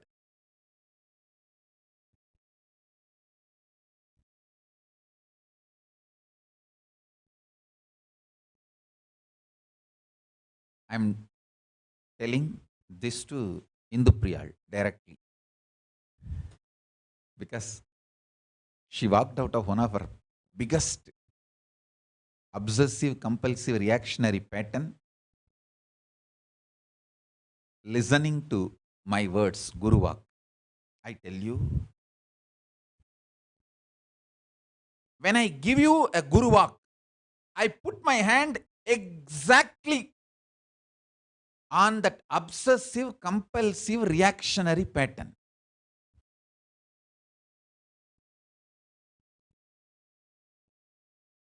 When you listen to Guru Vak, not only you escape from all suffocation, side effects, after effects, you are showered with all the blessings and auspicious. I can give you 1,000 examples, or I can give you millions of examples. Every time when people walk out of their obsessive, compulsive, reactionary pattern, they save themselves from tons of sufferings. They pull themselves out of delusion, and they are showered with all the good things. One of the most beautiful quality I have seen with Jnanatma, I will train her, scream, all that is different. One beautiful quality. End of the day, she will simply obey me. Guru Vak is the ultimate. She knows only by obeying me, she will get out of that obsessive compulsive disorder, that obsessive compulsive reactionary disorder.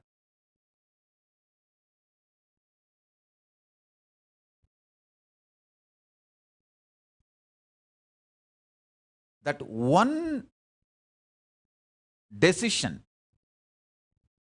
Jnanatma has, obeying the Guru Vak, that saves her from all the mess and all karmas and all delusions. I tell you, I have saved millions of people from their sufferings, suffocations, delusions, just by directly pointing out their obsessive, compulsive, reactionary pattern. If I have to give a rough equivalent for the word trobhava, delusion, I'll give this word only. Obsessive, compulsory, reactionary pattern, associating, identifying yourself with that pattern, and suffocating yourself and blaming everyone. Oh, this person made me to believe this pattern. This person is suffocating me. This person put the pattern in me. This person is torturing me. You blame everyone around the world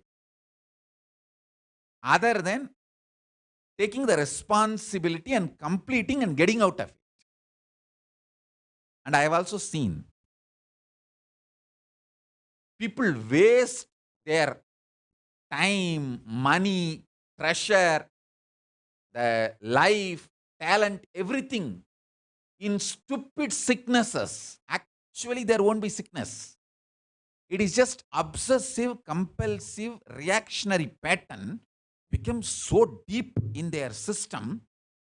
Even they started lying to themselves. They lie to themselves so strongly, they manifest, they create diseases inside. Actually, there is no disease outside. But if you tell them, they won't listen. Actually, they don't have any disease. But if you tell them, they won't listen. So I will also tell, okay, give medical care, do whatever they want. Only when they realize the Guru Vak, they will get out of the disease.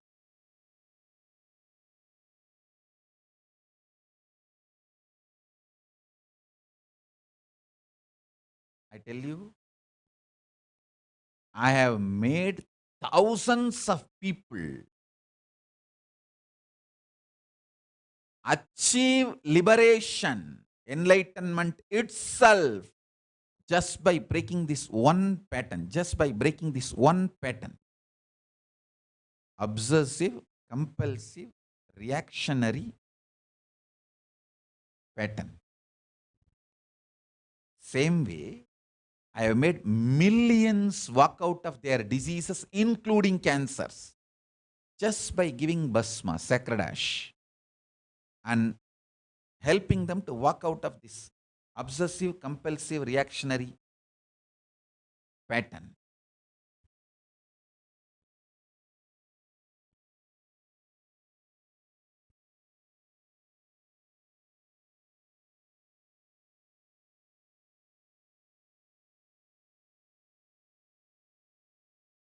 I have seen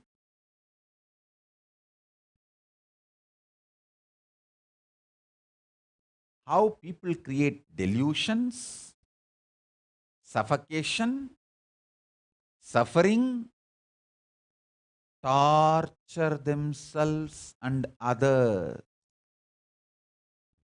with this obsessive, compulsive, reactionary pattern. I tell you, if you break from this pattern, you will start living in Anandamaya Kosha.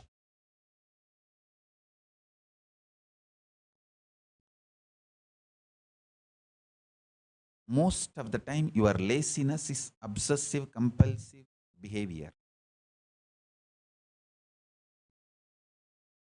Your irritation, anger, hunger, almost everything which suffocates you, binds you, is obsessive, compulsive disorder, reactionary pattern.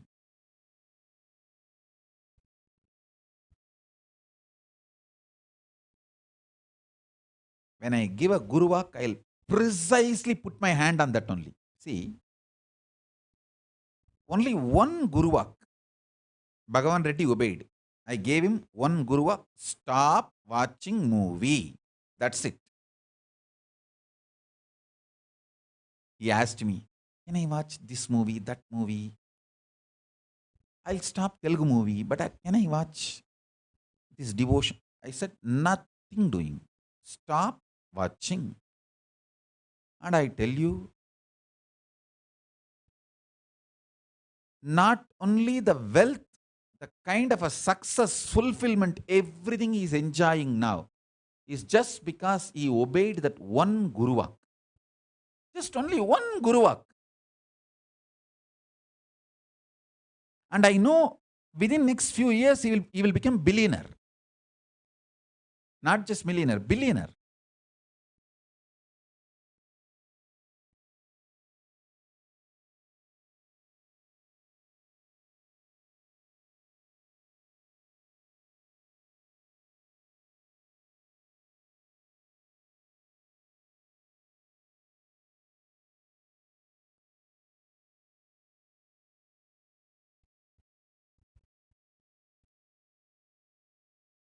Just listen.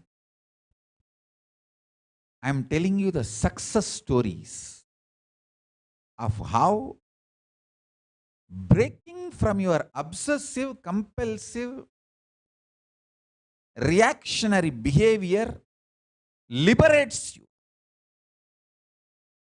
makes you feel success in the life. Whether your hunger, anger, fear, sex, violence, guilt, all powerlessness is your obsessive, compulsive, reactionary pattern.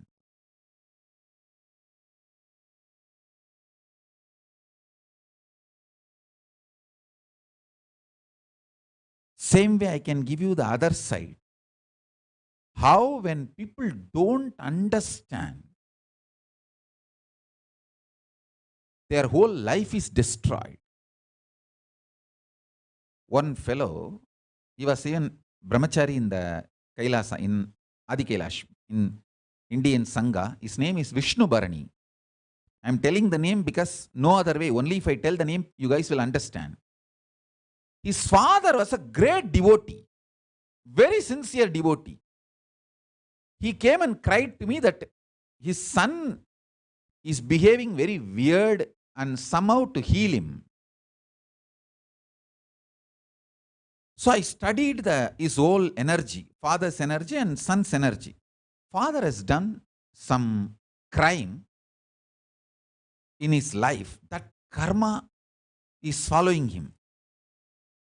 And that has become like a demon possessing him. And that same thing is happening to his son.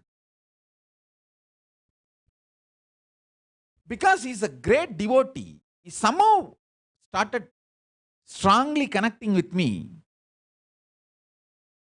I decided to save him. I said, all right, let him be here. I told the son, that Vishnu Bharani, let him be here. I will heal him. And you be away from him. I don't want both of you together. So I sent the father back home and he was here in the ashram. He slowly started settling. That ghost, bipolar, started healing and he started getting healed and settled. But this stupid fellow,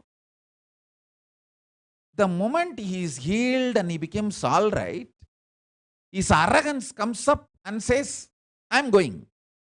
He ran away. I said, all right, what can I do? But after a few days, he realized, being in the hometown, I think he's from Ooty, he was not able to maintain his health physically, mentally. He collapsed and he came back. His father also came and cried to me. I said, all right, let him be here. I forgave and I accepted him back. Again, after some time, he started beating others. I said, now what can be done? And the Adinavasis came and started complaining to me. Oh, he is beating, he is behaving abusively, he is attacking all of us. I told him, don't do this. Be polite.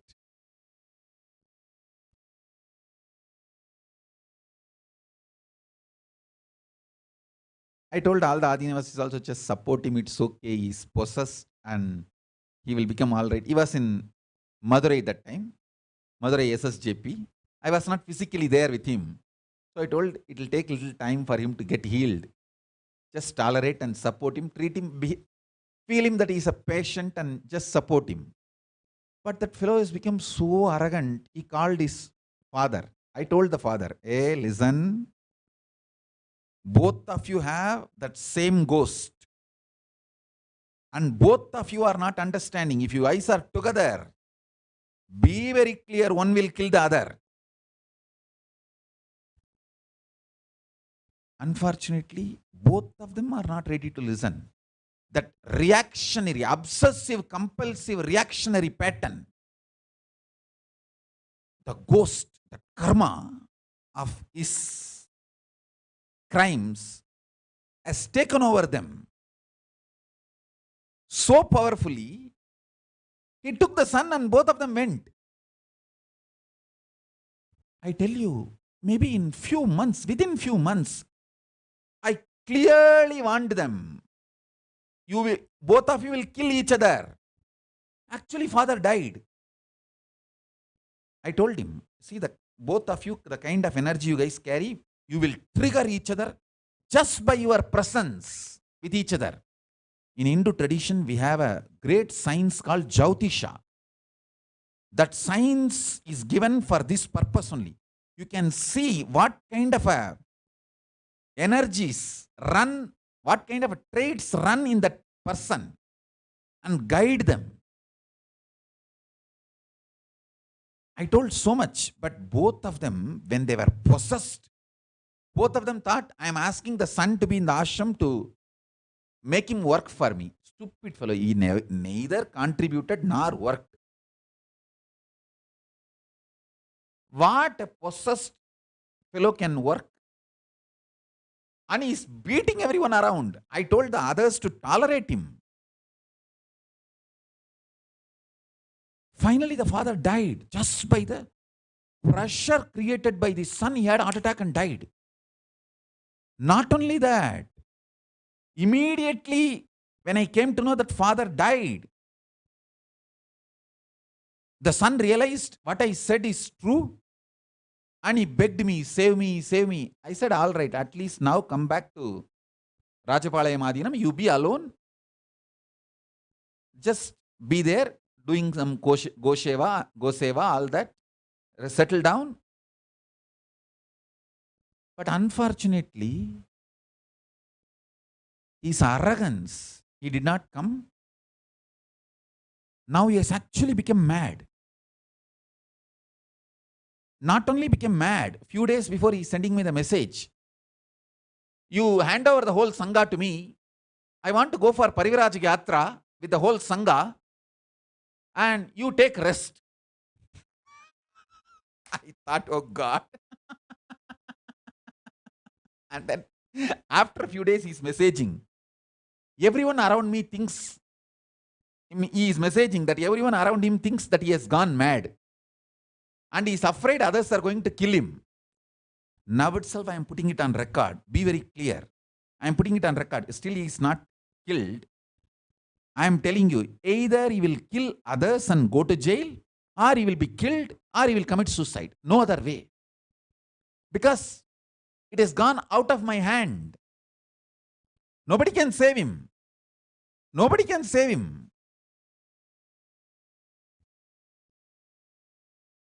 Even if we give a separate ashram for him, he doesn't want to stay. That karma in the form of ghost has taken over him. His obsessive, compulsive, reactionary pattern is so strong now. Nobody can save him. Now I put this on record in public. Any one of you try to reach out to him and tell him, educate him, you can't save. He won't listen. Either he will kill someone and go to jail, or he will commit suicide, or somebody will kill him.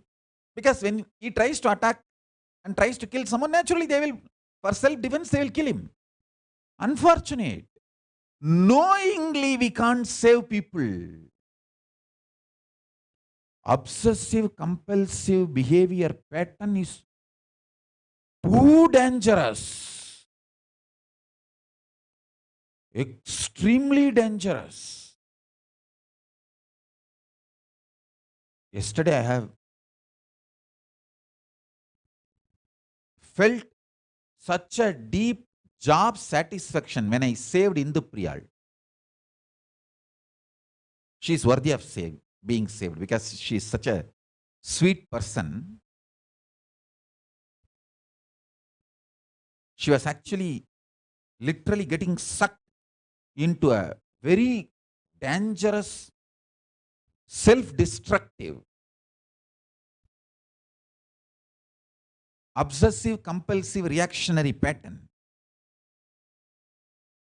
her listening to my Guru, my words, just saved her. I have so much job satisfaction. Whenever I liberate people from this obsessive, compulsive, reactionary pattern, I tell you,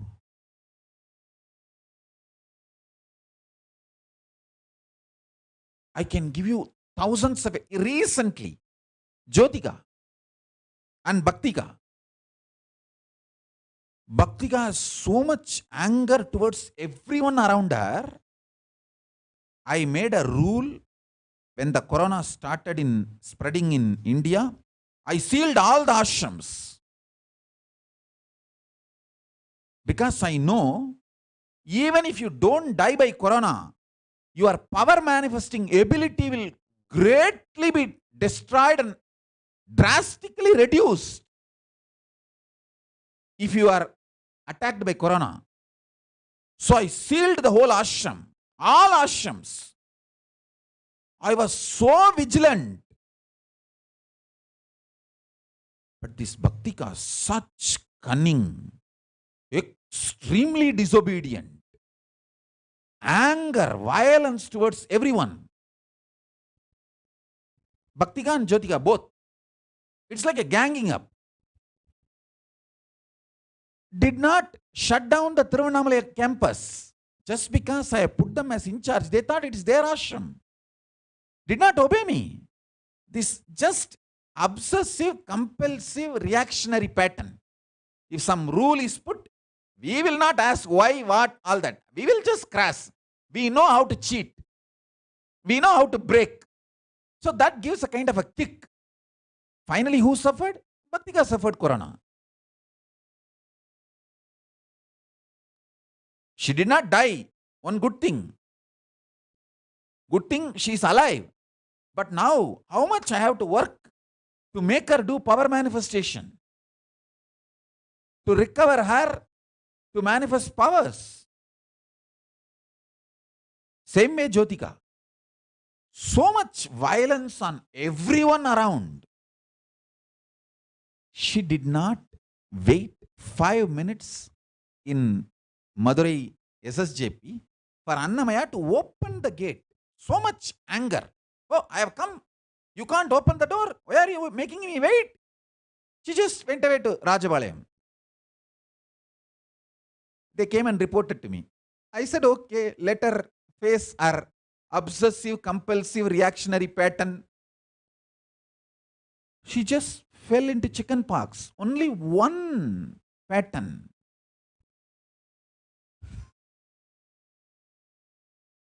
I said, all right, if they are not ready to listen, I told so much. Drop this pattern. Behave yourself. Bring Paramashanta inside your space. So much I told. It's a directly guided, but did not listen. 5 minutes it took for Annamaya to open the door to let her in. Just for that 5 minutes, she can't stand out and she went away to the other campus, branch, other ashram. I said, okay, let her face her pattern. Just next day, chicken pox.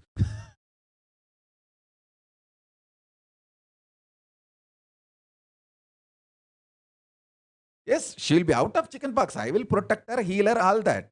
But the pain, she only has to go through.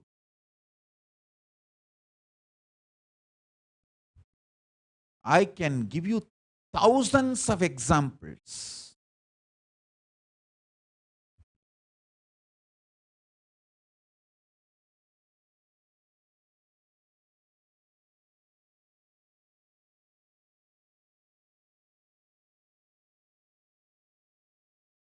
One of the worst pattern for Jyotika is she will be so loving and caring in the phone.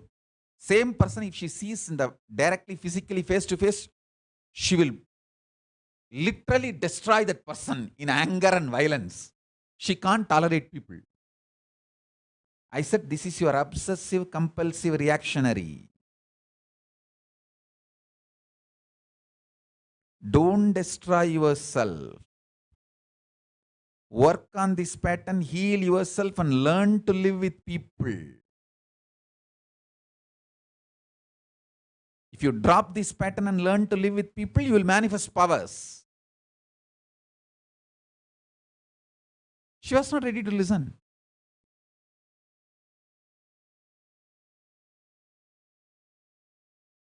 I tell you guys,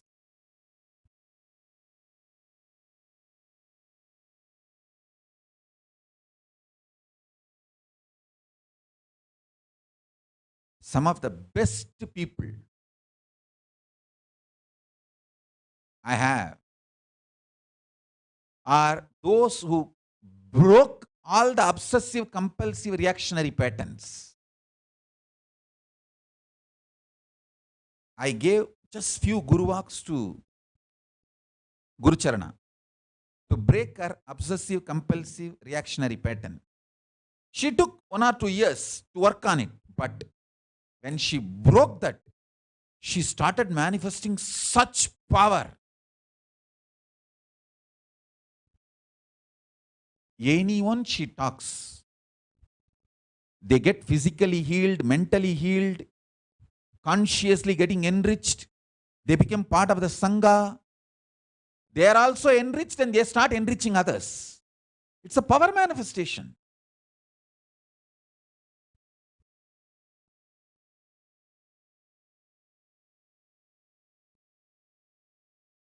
I tell you guys, I can give you millions of case studies for this side. People who obeyed, who listened and broke their obsessive compulsive behavior pattern, obsessive compulsive reactionary pattern. Same way, I can give you the example this side. People who did not listen and started judging me. Oh, he's asking me to be here, I think, to get work out of me. Who wants your work and what you guys have done? I tell you, instead of making sannyasis, if I just get people hire and make them work, if they don't work, fire, I would have achieved 1,000 times more work with 1% of the money I spent on training my sannyasis last 20 years. Last 20 years, the money I spent on training my sannyasis, time, treasure, talent, everything I spent on training my sannyasis, brahmacharis, balasans, Kailasavasis.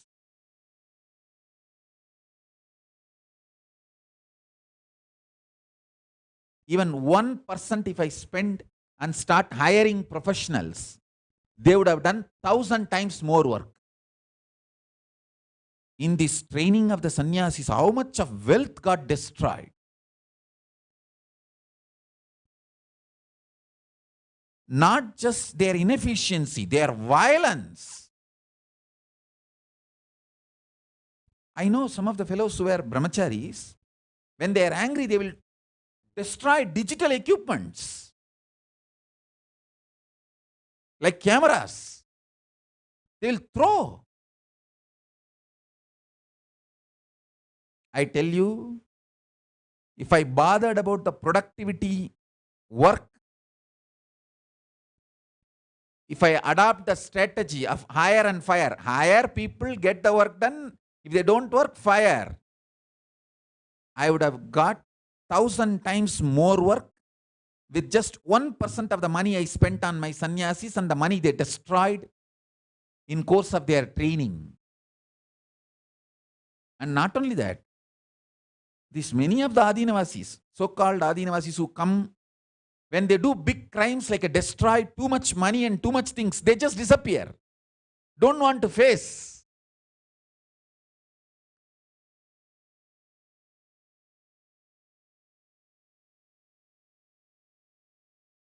But they cannot escape. Karma is going to go after them. You can't escape from karma.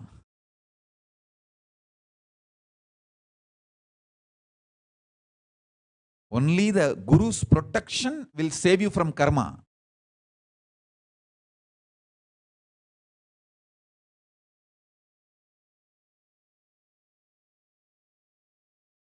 When you do Guru Droha and Sangha Droha, how that karma can be escaped? No one can escape from the karma of Sangha Droha or Guru Droha. Wherever they go, it will haunt them. Whatever good you have done to Guru and Sangha, that good karma will come. Same way, whatever bad you have done, that bad karma cannot be escaped. You can't escape from that bad karma.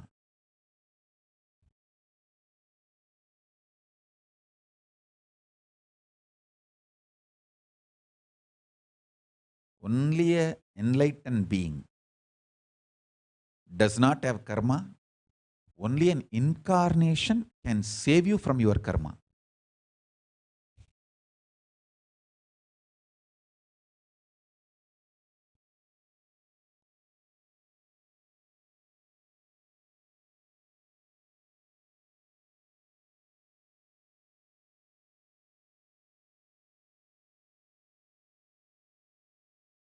Listen carefully. When a guru gives a guru walk, never judge him. Oh, maybe this is the reason he is telling that. That is the reason he is telling. Yes, no reason other than taking care of you, liberating you, saving you.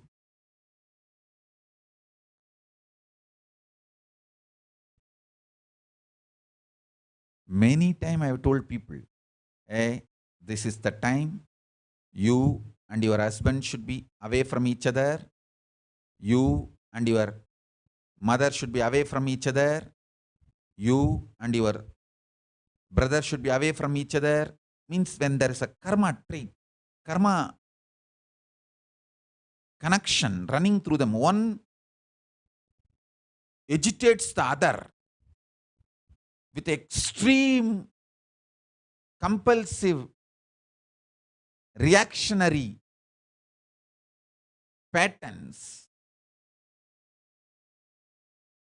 I tell them, be away, be separated for some time. It will be good for you. Otherwise, both of you will irreparably destroy each other. Whoever listened, obeyed, they survived. When they try to give their own reason for my guidance, then who can save them? That is up to their life. Same way, sometimes I will tell people, hey, you be with this person will train you and clear all your obsessive, compulsive, reactionary patterns. That's why exactly I told Jyotika, be with Annamaya. She will exactly point your obsessive, compulsive, reactionary pattern, and you have a great opportunity to complete and liberate yourself. She was not ready. Then I said, all right, what can be done?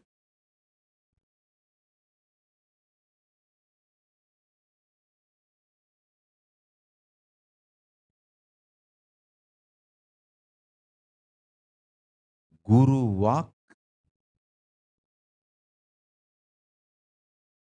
can save you from wasting years and years in pain and suffering.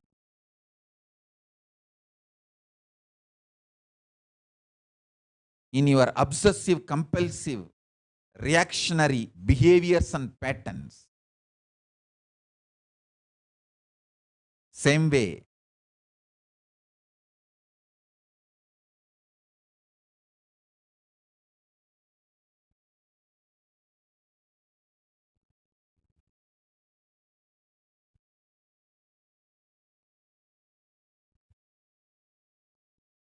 not listening, giving your own reasons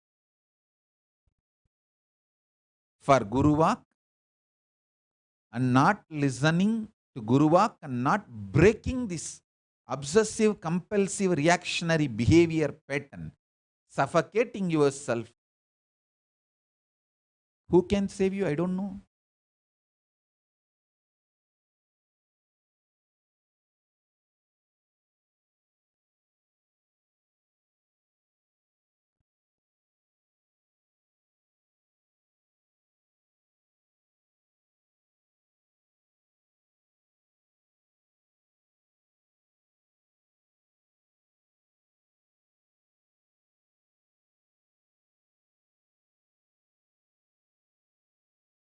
Some of the best people I have seen in my life, best disciples I have produced, are the people who broke this obsessive compulsive reactionary behavior. Some of the worst people I have seen are not breaking this obsessive compulsive reactionary pattern and suffocating themselves with it and blaming everyone for it.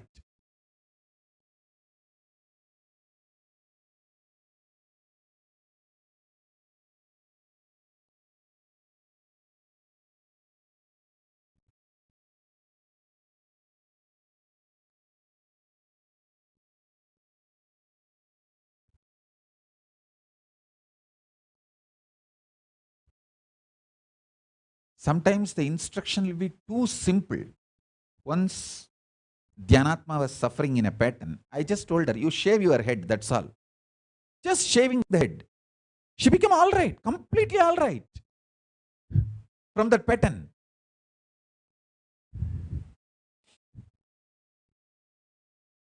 She just saved herself.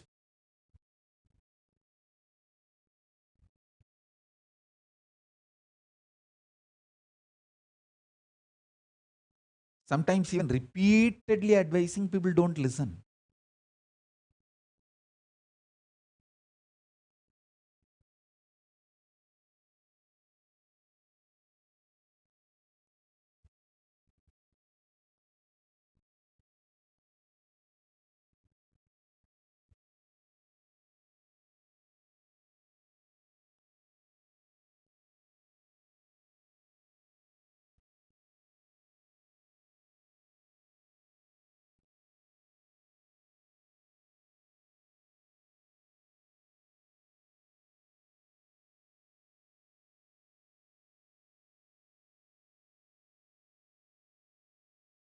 Dvaita Varchita, I am telling you clearly, no medicine will heal you, nothing will heal you. Only aligning to Kailasa lifestyle, to Guruvak and Kailasa will heal you. You try anything you want, nothing will heal you. Go anywhere you want, nothing will heal you. You are suffering with obsessive compulsive behavior pattern, that reactionary pattern, and you suffocate yourself with it and abuse everyone. Nobody can save you unless you come to the listening to Guruvak. Same way Purna Priya. The way you are building your arrogance, you will destroy yourself completely. Purna Priya, you are crossing your limits. You will see. I am putting all this on public record, so that you guys can verify later on whether they broke their obsessive compulsive behavior, that reactionary patterns and suffocation, and saved themselves or destroyed themselves.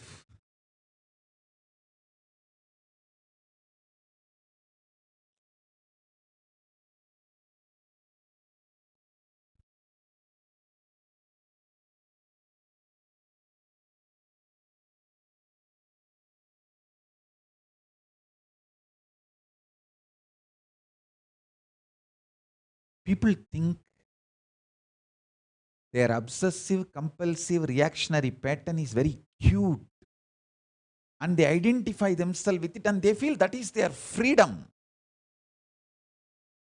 It is like calling your shit as your food.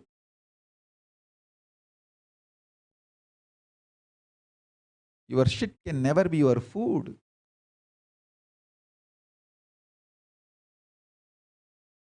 Your tumor can never be your muscle. Build muscles, not tumors. You are trying to associate yourself with your cancerous tumors. You think your cancerous tumors are your muscles and that's very cute. No. Understand what is your cancer and what is your muscle. Not understanding is not cute.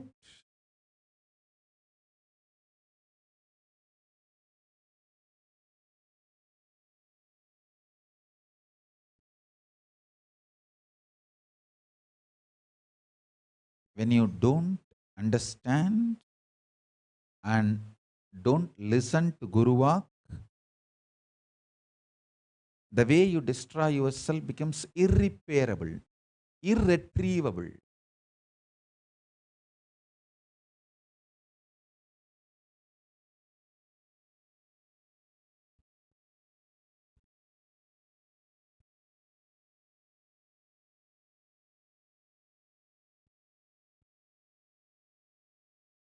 In few days, I'll give you guys the update about this Vishnu Bharani. Now, I told openly, some of you, maybe your his friends, try to call him and advise him, protect him. You can't, because he won't listen to anyone.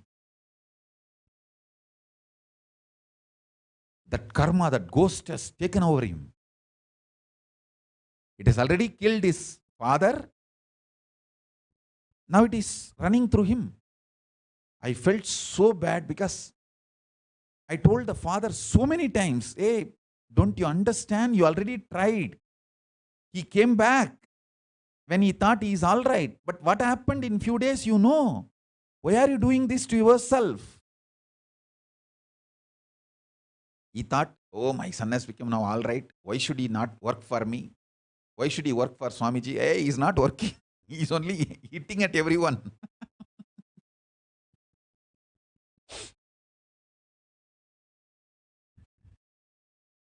He thought we are like a mental asylum. And once the boy is healed, he can take him back. I said, hey, it is not that he is permanently healed. It's a karma trial. But what to do?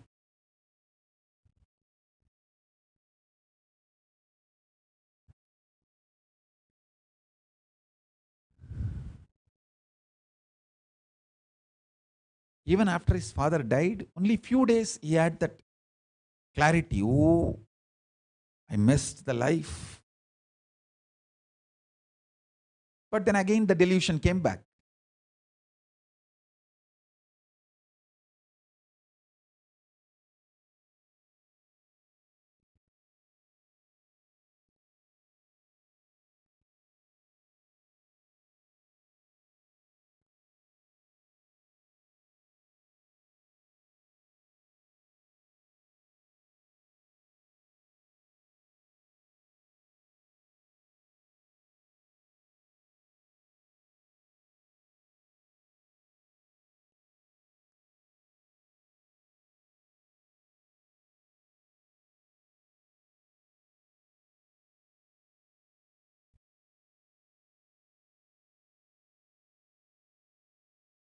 I can give thousands and thousands of references.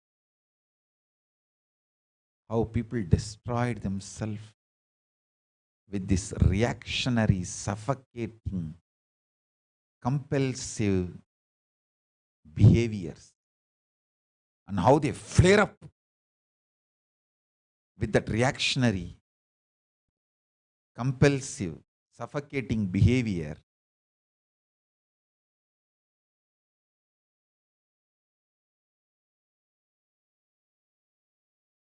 Dvaitavarjita, don't worry, I will never stop spending for you. I'm not talking because I need to spend money on your health and your treatment, nothing. No. I will never stop. I'll give you more than what you want. If you ask for 1,000 things, I'll give you 1,500 things. I'll say, have this also and enjoy. But you should know very clearly, you will never get out of your problems. Because the problem is pattern. Your arrogance, not real disease. There is no real disease. And wherever you go, you won't be able to save yourself. I know it. You will only destroy yourself and others. Same way Purna Priya. I don't know whether they are even listening. They may be hearing. I don't know whether they are listening.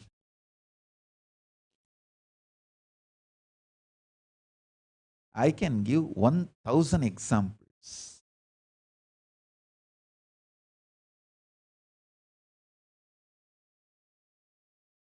I know one fellow who all the time used to give torture to everyone in the name of he is having back pain. I told him, hey, all you need is just yoga and get out of this pattern. He thought, I don't want to spend money on his treatment, but I spent so much.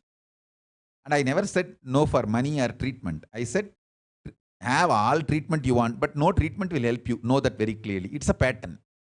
You just need yoga and get out of this pattern. He did not listen. He disappeared. Now, because he disappeared, whether the pattern is there or not, pain is there or not, he has to tolerate and live and justify his decision, just to prove his decision is right. He will suffer all kinds of patterns. And he won't be able to handle himself.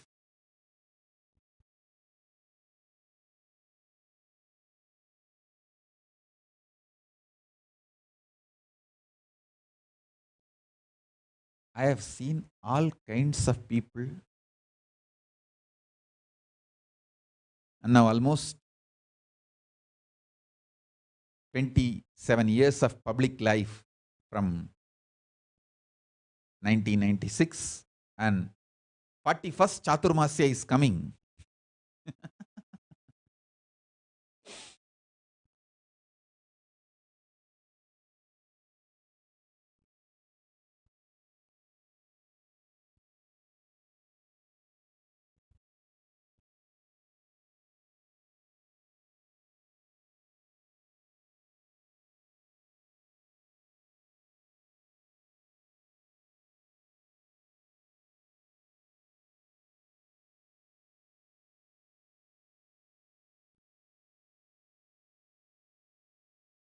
This year Chaturmasya will be 41st Chaturmasya. I think at the age of 3 I started the first Chaturmasya. So this coming Chaturmasya from this Guru Purnima to Navaratri will be 41st Chaturmasya.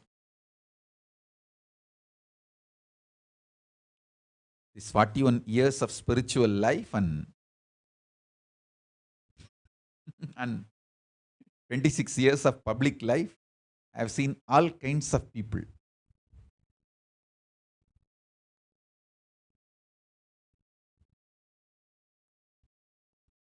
Let us all plan together this 41st Chaturmasya. Let us spend on Shastra Adhyayana, spiritual scripture reading and empowering ourselves through the spiritual scriptures. Let's make this Chaturmasya as a special for spiritual scriptures reading. Vedas, Upanishads, Bhagavad Gita, Brahma Sutra, all the commentaries, books I wrote. Let's spend time and energy on studying it and enriching the whole world with it. I have 3 projects. Want to do these 3 for this Chaturmasya.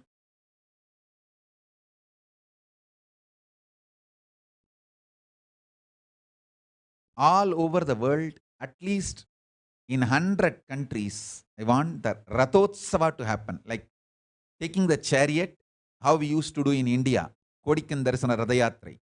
The Ratha with Paramashiva will go from one place to another. We had many Rathas in India. It will go from temple to temple, place to place.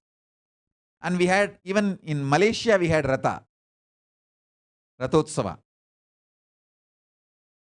Same way I want in US, Canada, all the countries where the Sangha is large enough. I think more than 100 countries we have Sangha large enough to conduct the Ratha Yatra from Guru Purnima to Navaratri. That's one.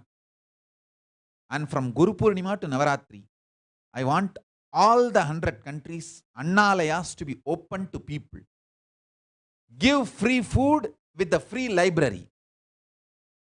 Have a beautiful large library for people to come and read. and free food. One book, my Bhagavad Gita, will be gift. They cannot take any other book from the library. All books they can read, they can eat as much as they want. When they go, they can carry any amount of prasadam they want. One book, Bhagavad Gita, my Bhagavad Gita commentary as a gift. I want this project, Annalaya. Food for stomach and food for consciousness, both to be provided in all our ashrams all over the world. I think we should start printing Bhagavad Gita now itself and distributing it to all the ashrams all over the world. Procure all the food, everything needed. All the ashrams should provide this. In all countries all over the world. All Kailasas should do this. One, Ratha Yatra. Second, this, Annalaya and Jnanalaya, open. I tell you guys, if you start serving others easily, you will get out of many obsessive, compulsive, reactionary patterns and suffocations, because obsessive, compulsory, reactionary patterns are always centered on selfishness, arrogance, violence. If you start serving others, everything will become all right. Everything will become all right.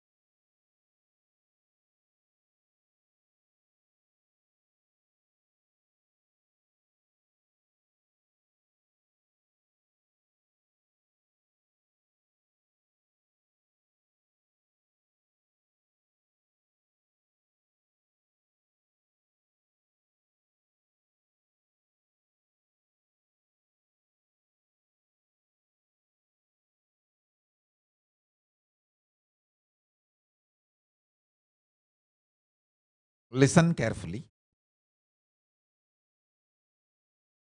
The first project, Ratha Yatra. Even in Ratha Yatra, we can do Annadana and distribute Bhagavad Gita. Second project, in all ashrams, opening the library and Annalaya freely. I tell you, this is a special instruction for Los Angeles Temple. If you want Paramashiva to manifest intensely in the temple and in your life, all Los Angeles Sangha, listen. If you start these two projects, Los Angeles Sangha, if you start these two projects, in temple free Annalaya and Jnanalaya, and distributing Bhagavad Gita to people who come to temple, and free food. Whatever food they want to carry, they can carry also. If you guys start doing this, wealth and everything, all the best things will be showered on you guys. And Paramashiva more and more will manifest in temple also. Now it is up to you guys. The third project, it's one of the best spiritual practice, Madhugari Bhiksha. Go from house to house, door to door. Collect whatever people can contribute.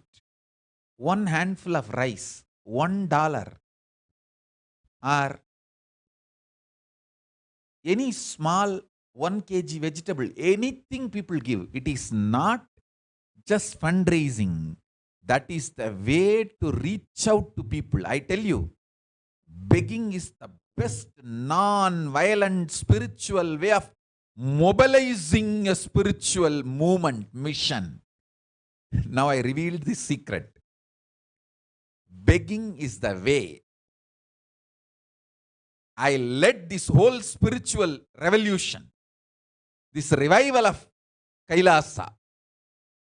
Begging is the most powerful, best non-violent methodology of mobilizing people for any great revolution. Buddha used it. From the time Hindu sannyasis used this, from time immemorial, Adi Shankara used it. It is given as a lifestyle for sannyasis, not just to collect something from people. That is the way you will reach out to people and enrich people. This is the most powerful non-violent way of mobilizing people for a spiritual revolution. Whoever listens to me, understand this. It's a most powerful strategy for a spiritual revolution. Go around from house to house, place to place, collect handful of rice or $1, whatever they can give. In the initial few days, you will not understand what I am saying. But within these few weeks, within that 4-month Chaturmasya period, if you start on Guru Purnima, and by Navaratri, you will realize this, what I am saying. This is the best way to mobilize people. Non-violent way of mobilizing people for a spiritual revolution. Revival of Kailasa. Whatever may be your background status, every day decide to spend 1 or 2 hours. Madhugari Bhiksha for Kailasa. Over. You will see the result. That's the way I started. This whole revival of Kailasa. People were mobilized using Madhugari Bhiksha as a strategy. See, the moment people see me coming for Bhiksha, they know I am not here just for food, because they know, hey, this person, does he need food? You can see how satisfied and fulfilled he is. He doesn't look like a beggar. Then he is here for some other reason. They get curious and inquire about me. Who are you? Why are you here? What is happening? Then they get connected when I explain everything. And then they join me. That is the way this whole revival of Kailasa happened.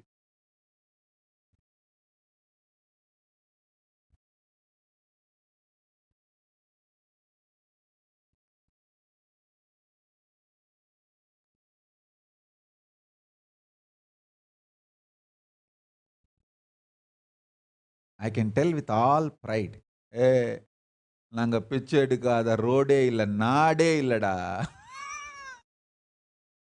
நாங்க பிச்சை எடுக்காத road இல்ல, நாங்க பிச்சை எடுக்காத நாடே இல்லடா உலகத்துல.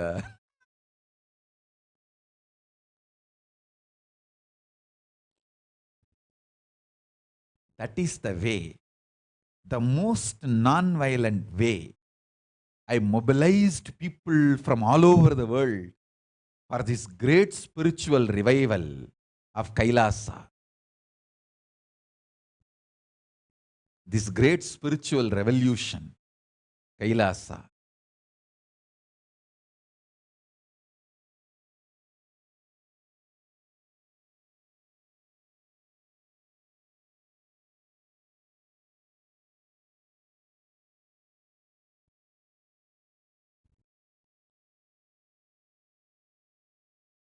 You should carry Bhagavad Gita books with you. Even if they give $1, you should give them one book. Then they will understand you are not here for begging, collecting, you are here for giving. But when you want to give, nobody opens themselves up. They feel, why should we receive? But if you are asking for something, they feel superior and they try to give.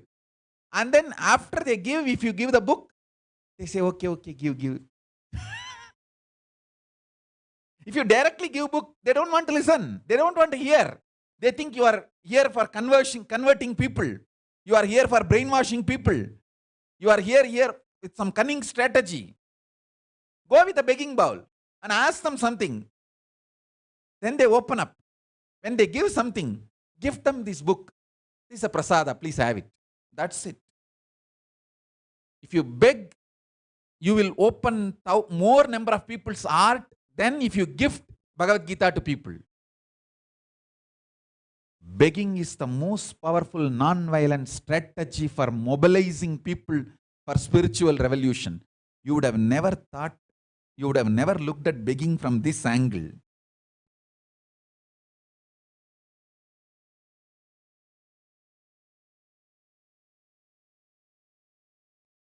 நாங்க பிச்சை எடுத்து பச்சடி பண்ணவங்க இல்ல கிச்சடி பண்ணவங்களடா, பிச்சை எடுக்கிறதுல PhD பண்ணவங்கடா. So understand this science. பிச்சை எடுத்து கிச்சடியோ பச்சடியோ பண்ணவங்க இல்ல நாங்க, பிச்சை எடுக்கிறதுல PhD பண்ணவங்க.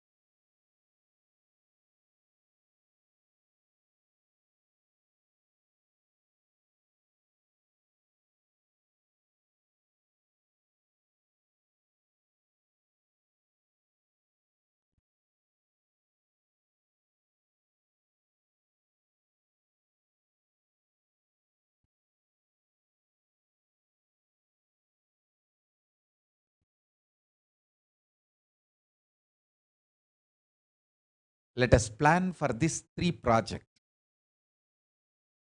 For coming 41st Chaturmasya,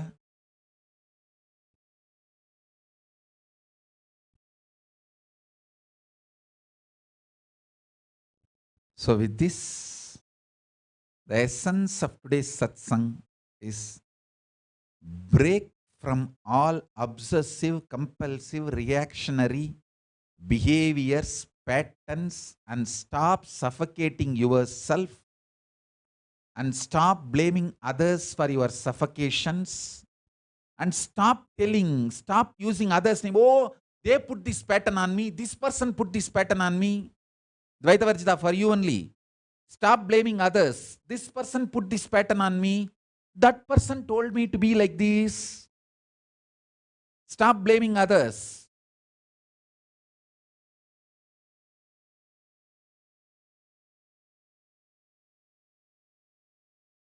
Your life is in your hands.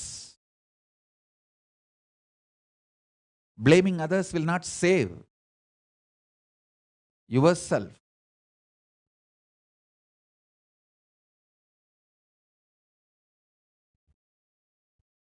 And I have also seen people telling, oh, I tried my best. I feel like I will lose my mind will break. Ah, God. Actually, your mind should break. That is what is enlightenment. If you feel that your mind will break, you will lose your mind, you should you are on right track. You should break the mind. You should lose the mind. That is the way enlightenment happens. Now I have seen people telling, oh, I feel like I tried my best. I feel like I may lose my mind. My mind will break.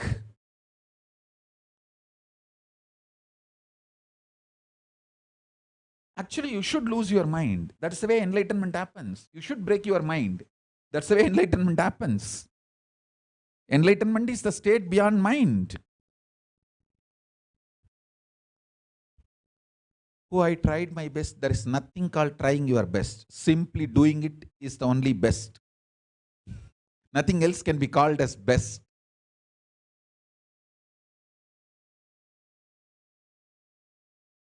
I tried my best is the cunning way of cheating yourself.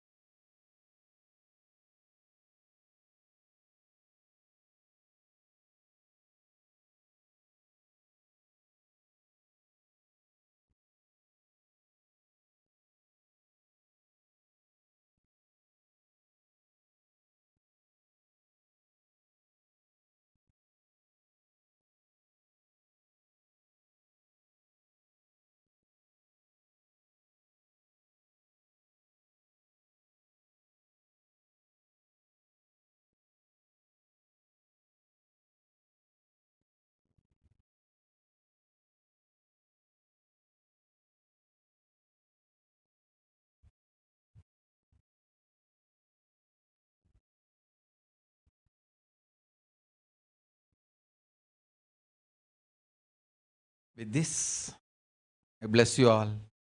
Let's all radiate with integrity, authenticity, responsibility, enriching, causing, living Shuddhatvaita Saivam, the state, space, powers, being superconsciousness, and Kailasa of Paramashiva. Let's all radiate with integrity, authenticity, responsibility, enriching, causing, living Paramadvaitam, Shuddhatvaita Saivam. The state, space, powers, being, superconsciousness, and Kailasa of Paramashiva. Paramashivoham. Om Nithyananda Paramashivoham. The eternal bliss, Nithyananda. Thank you. Be blissful.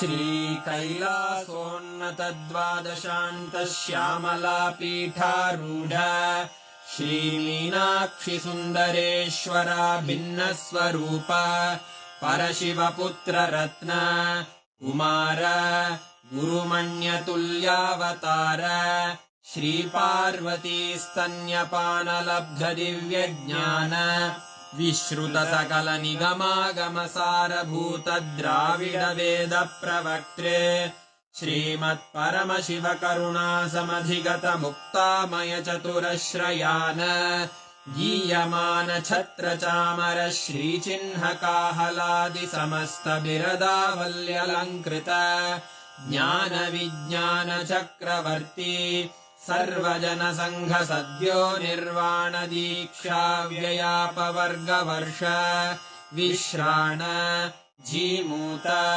परमतकलभकेसरी शैवसिद्धान्तस्थापनाचार्य श्रीराजाधिराज Pandya महाराज गुरु क्षपण शाक्यादि महान्धकार निवारण ज्ञान भानु वीक्षणानर्हार्हध्वजोच्छेदन पूर्वक श्रीमद्वृषभध्वज स्थापक शैव समय कर्तृ सर्वज्ञ पीठारूढ श्रीजगद्गुरु श्रीज्ञान संबंध देशिक स्वामी वागीश सुंदर माणिक्य वाचक स्वामिनाम् अवतारभूत श्रीज्ञान संबंध स्वामी पुनरुद्धृत श्यामलापीठ सर्वज्ञ पीठ त्रिनवत्युत्तरद्विशततम गुरुमहासन्निधान अरुणगिरियोगीश्वर परम्परागत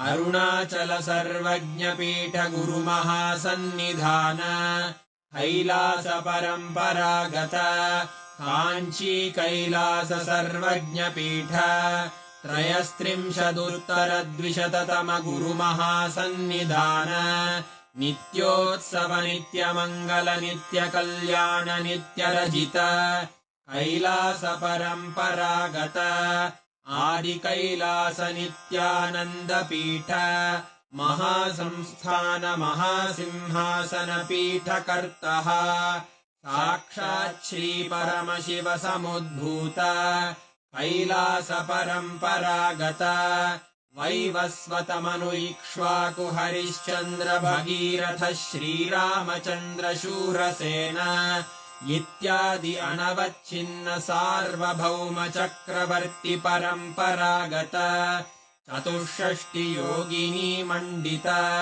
चतुष्षष्टि सम्प्रदाय प्रवर्तक मनुधर्म शासन सूर्यवंश प्राप्त सर्वज्ञ पीठ सुरांगी साम्राज्य मूर्धाभिषिक्त चूडामणे साक्षात् श्री परमशिव समुद्भूत कपिल महागुरु पुनरुद्धृत महानिर्वाणि पीठ अष्टोत्तर सहस्र श्री महामण्डलेश्वर साक्षात् श्री परमशिव सिंहासनाभिषिक्त समस्त गणनायक श्री महागणपति समारंभ अनवच्छिन्न पीठाधीश्वर गुरु परंपरा प्राप्त अटल पीठ अष्टोत्तर सहस्र श्री अटल पीठाधीश्वर धर्म मुक्ति स्वर्गपुर स्वर्ण पीठ त्रयोविंश गुरु महासन्निधान कैलास परम्परागत आदिपीठ सर्वज्ञ पीठ जगद्गुरो श्री कैलास पुनरुद्धारक श्री कैलास परमाचार्य श्रीमत्परमहंस परिव्राजकाचार्य वर्य सच्चिदानंद प्रणव स्वरूप श्रोत्रिय ब्रह्मनिष्ठ श्रीमज्जगद्गुरु श्रील श्री भगवत् श्री नित्यानंद परमशिव श्री ज्ञान संबंध देशिक परमाचार्य स्वामिन् अत्रागत्य परिपाल्य च अस्मान् विज्ञान वितरणेन विजयी भव जय जय हर हर वैदीश्वरा Paramashiva, the only Purusha, infused life in all beings, enlightening the world through His grace. But when His truth is forgotten, out of ignorance and darkness, diseases arise. Given birth only in the recent days, it hits all the countries hard. Ruthless towards vulnerable communities, the pandemic is at full throttle. Leaders are urged to monitor health inequities and to ensure access to health services. But yet, the pandemic's momentum is hard to overtake. When the world is overwhelmed, when solutions are not made available to all, the divine remains the only option. Engaging in prayers, beings yearn for the divine grace. Seeking refuge at the feet of the ultimate being, Paramashiva, Ishwara, and at his feet no prayers remain unanswered. Out of pure compassion, he assumed the human form to bestow his grace upon his devotees. Name Bhakta Pranashyati. My devotees do not perish. Raise yourself by entangling with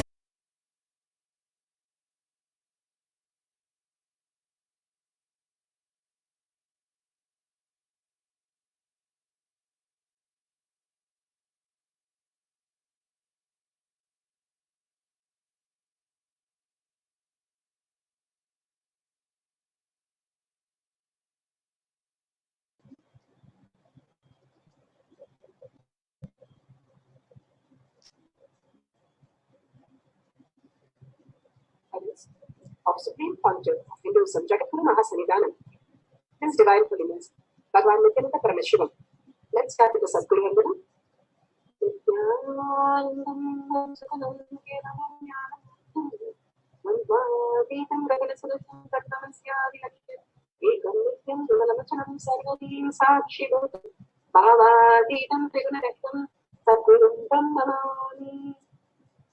Let's see the disclaimers. Security measures. No photography, video, audio recording. Important cautions.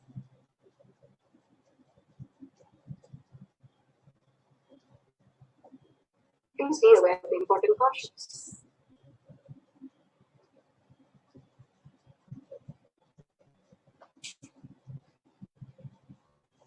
What is power manifestation? Here from Bhagavan himself explaining what is power manifestation. All practical states conscious. When they happen due to your chemical hormones up and down, it is powerless. When it happens out of your free will and consciousness, it is powerful. When you fall into sin, it is powerless. When you enter into sleep, it is powerful. When you fall into dream, it is powerless. When you decide to dream, it is powerful. So I have added a high power, the Durya, into a whole and doing manifest all the powers. Understand, power manifestation is nothing but cognitive shift. It's not work. It's cognitive shift. This is cognitive shift. It's not work. Work is supposed to be.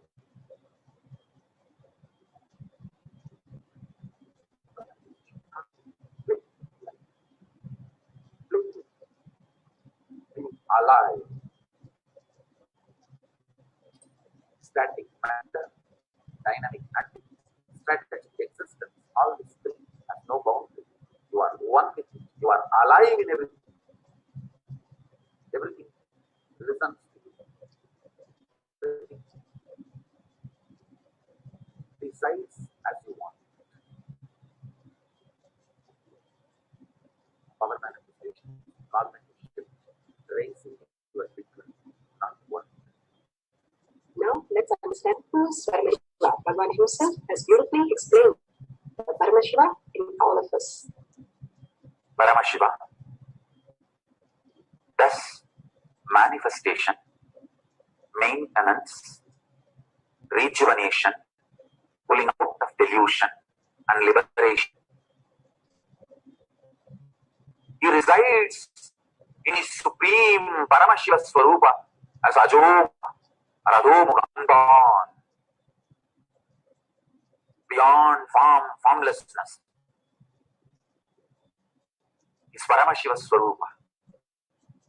That Paramashiva Swarupa manifests with these 5 faces as Sadashiva,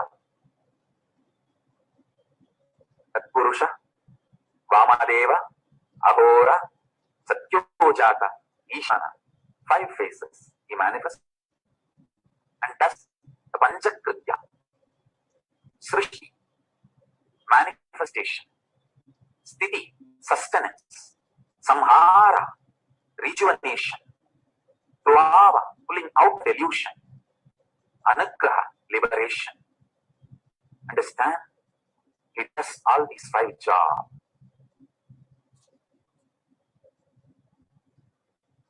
Through these 5 phases. Now, listen carefully.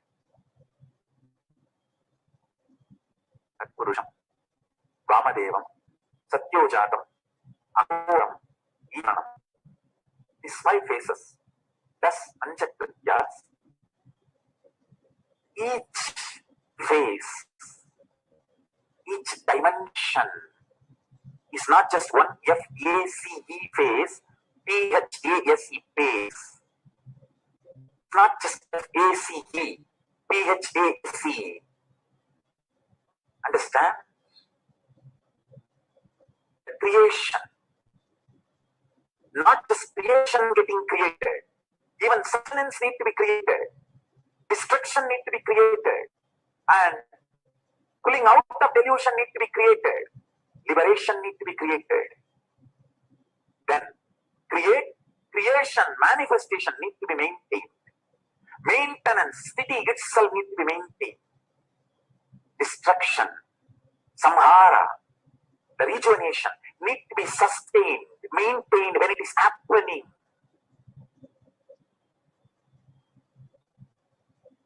Pulling out of delusion, prabhava, need to be maintained when it is happening. And anugraha, liberation, need to be maintained when it is happening. Those micromilliseconds when it is happening. So understand, Satyojata has 5 phases. Ishana Murti has 5 phases. Vamadeva Murti has 5 phases. Agora Murti has 5 phases. Tatpurusha Murti has 5 phases. So, Tatpurusha Murti has his 5 phases. Agora Murti has his 5 phases. Vamadeva Murti has his 5 phases. Satyojata Murti has his 5 phases. Ishana Murti has his 5 phases. All these 5 Murtis, 5 phases put together is 25 phases of Mahasadashiva. Now, who is His Divine Holiness Bhagavan Nithyananda Paramashivam? Supreme Pontiff of Hinduism, Jagadguru Mahasannidhanam, His Divine Holiness Bhagavan Nithyananda Paramashivam is a reviver of Kailasa, the ancient Enlightenment civilization, the great cosmic borderless Hindu nation. His Divine Holiness Bhagavan Nithyananda Paramashivam is an avatar from and is a Supreme Pontiff of Hinduism. He has made the science of our manifestation yoga temple-based university for humanity, so which an order of Kailasa, led by His Divine Holiness Bhagavan Nithyananda Paramashivam and Nithyananda order of monks, nuns, and Hindu diasporas are working for the global peace and to give a superconscious breakthrough to humanity. Nithyananda Hindu University, world's largest, the extended campus in 150 countries, is collecting, organizing, preserving, time capsuling, decoding, spreading, and reviving 20 million source book of Hinduism. 64 sacred hearts, science like Ayurveda, music, dance, sculpting, astrology, Vastu, and many more. His Divine Holiness Bhagavan Nithyananda Paramashivam, 293rd Guru Mahasannidhanam of Shamala Pita Sarvanya Pita, ancient apex body of Hinduism, and present Emperor of Suryaramsa Sarangi Samrajyam, has His Divine Holiness Bhagavan Nithyananda Paramashivam has survived the worst prosecution of multiple assassination attempt on person and character by anti-Hindu elements. Bhagavan has given the pramanas, the evidences in all levels for us to understand the science of our manifestation. The science of power manifestation is authentic, time-tested, scientific, and foolproof. The pramanas are the evidences. The pramana from the Shastras, the Shastra pramana, evidence from the Shastra, the eternal, unchangeable truth revealed in the source scriptures. Apta pramanas, the experience of the rishis, ganas, munis, nayanamas, alvars, siddhas, all of them who lived as authority of Hinduism.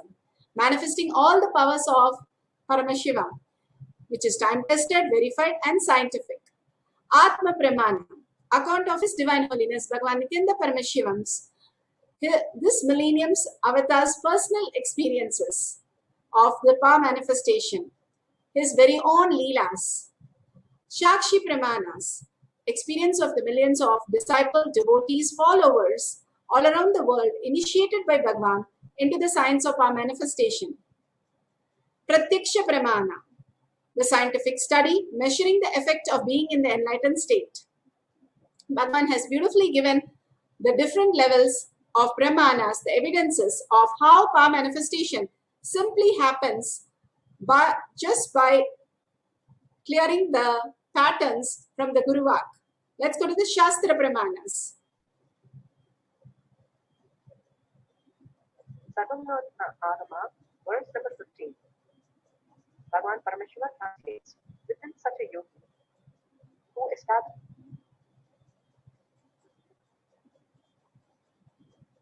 the Shastra Pramana,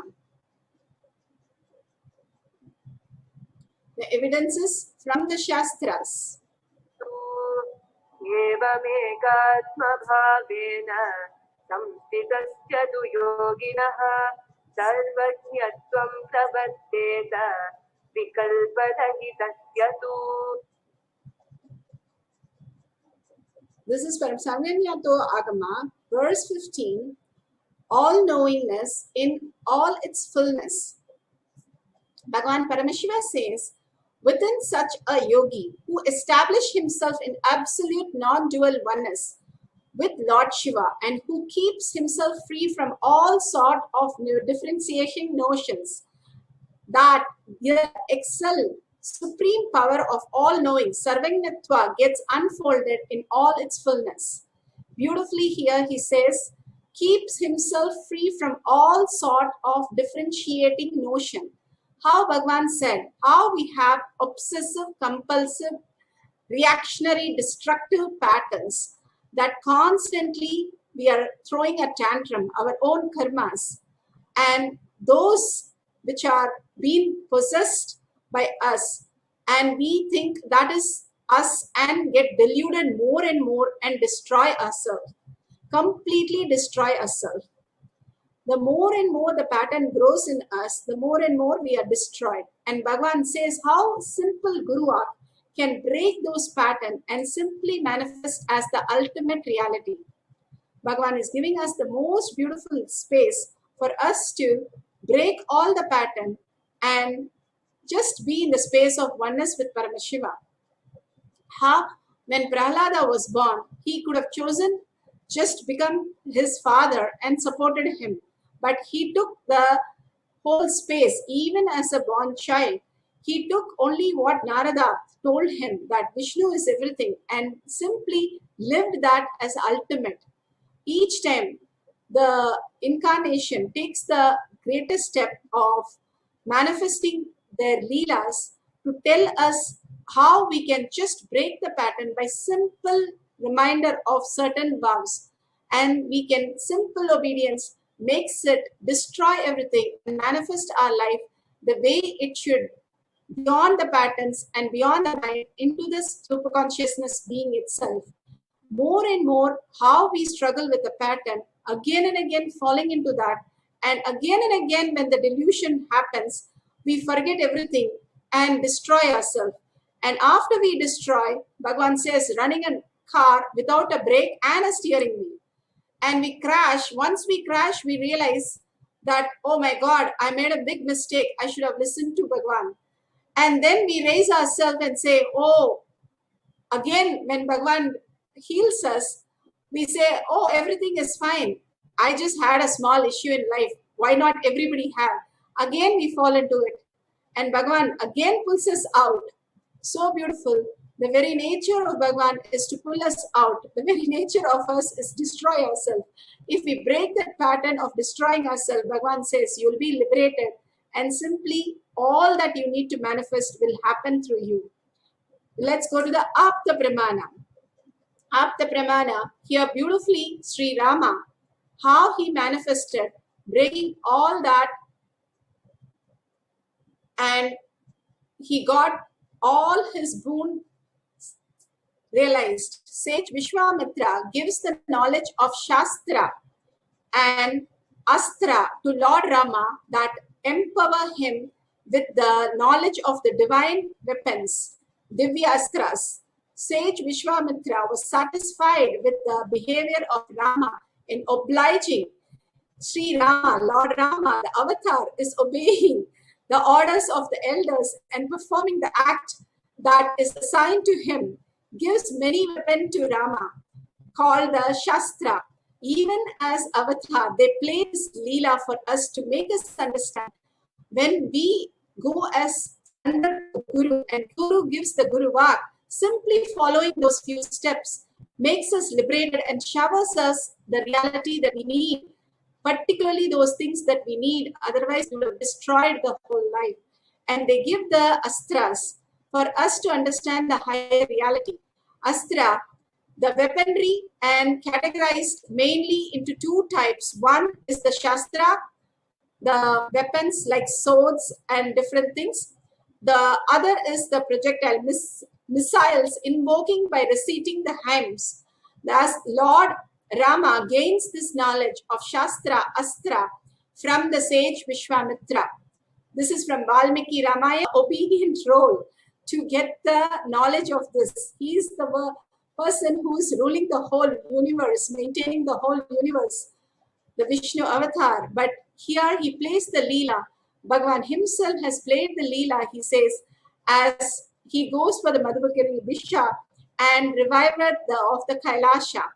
Again and again, if we look back, these higher sciences, higher reality, they breaks off constantly running a chaos, riots, kind of powerless, disease, death, and it's the only solution. Instead of you do Annadan and Seva in the temple, just doing Annadan and the Jnanalaya and doing the Ratha Seva, simply in 4 months you can break all your patterns. He has given us the greatest solution for us to really manifest all the powers. Let's go to the Apta Pramana, Atma Pramana. Bhagavan himself speaks here his own Leela.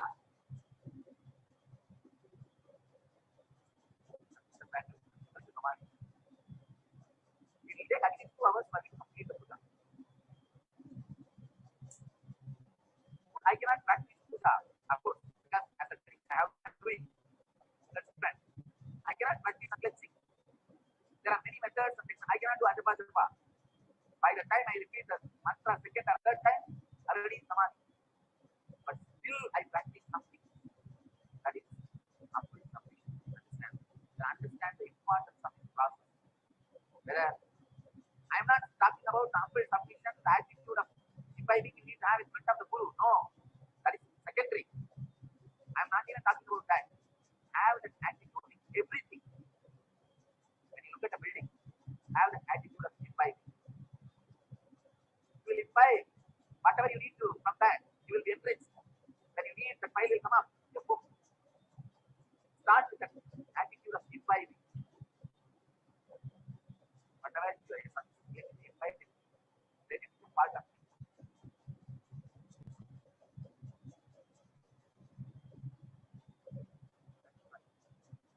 Any knowledge, I'm not talking about ego. Any knowledge, it can be any complicated, whether it's legal or auditing or HTML code. Any knowledge, I can answer a person's shoes, I can imbibe because I know how to imbibe. Go with the attitude of imbibing. Sattvitti pranivadena paripashena devaya. Go with that attitude of humble submission. In anything.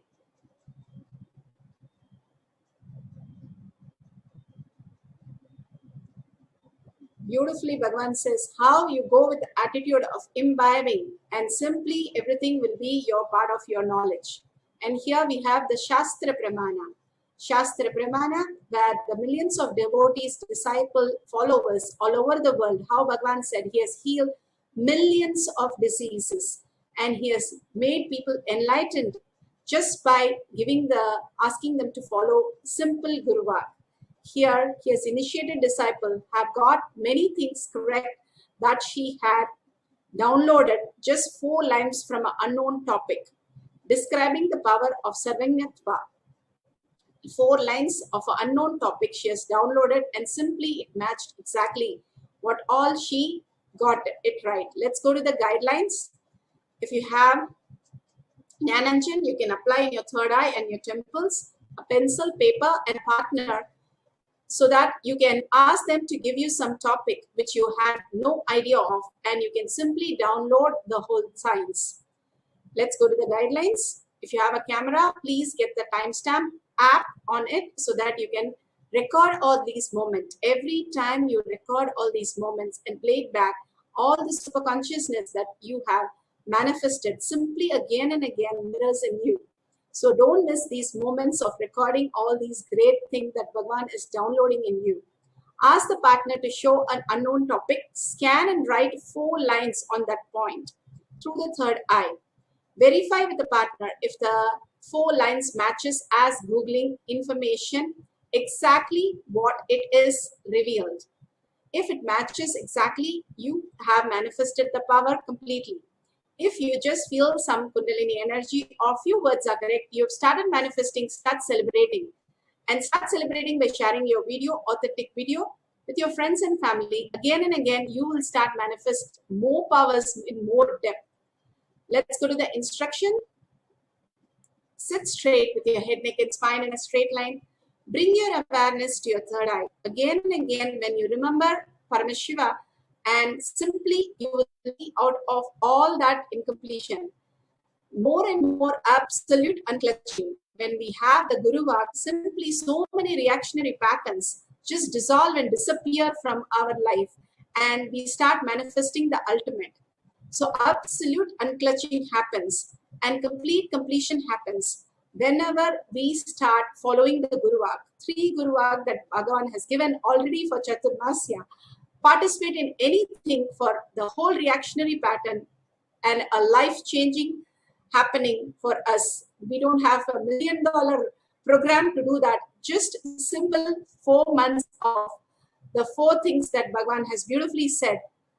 Just do the seva for Annadan, just do the Jnanalaya seva, distribute the book, take a begging bowl, do the Madhukari Bhiksha, and when they offer even $1, give them the Bhagavad Gita book and take part in the Ratha Seva.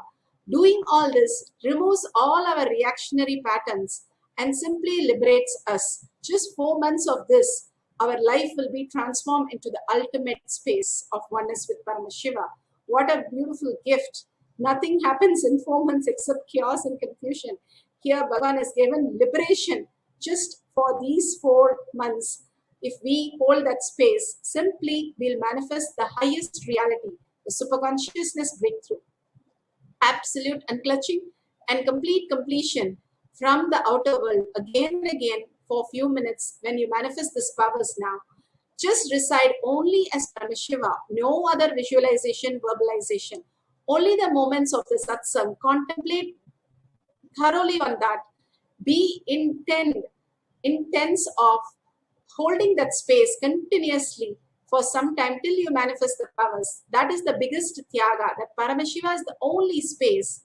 And continuously do the Ajaba Ajaba. Ajaba Ajaba raises your frequency and simply manifest as powers with a deep listening till it becomes the Ajaba Ajaba. When you chant the Mahavakya, Bhagavan has initiated us into many Mahavakyas. If we chant with the deep listening, simply we get raised into the oneness with Paramashiva, the Shaktipada, the Bhava, how Bhagavan enters into the Kala Bhairava Bhava and simply radiates as Kala Bhairava. You can enter into your Bhava as Paramashiva himself, and Swamiji will simply manifest as Pra Shakti through you. So let's chant and entangle in the oneness capsule, chant the Mahavakya, contemplate on the powerful Satsangh with the powerful words that he has given, and chant this Mahavakya, visualizing Paramashiva in your third eye. Let's start chanting, and whatever gets downloaded, start writing down, and at the end of the session, we'll simply start verifying the details. Now sit straight with your head, neck, and spine in a straight line. Start chanting the Mahavakya intensely.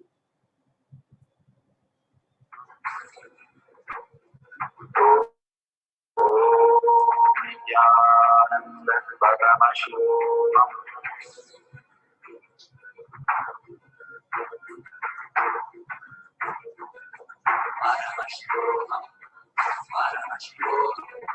Let Paramashiva's spirit manifest in all our third eyes. Let the Amrita force, let the Bhakti open up, manifest in all of us.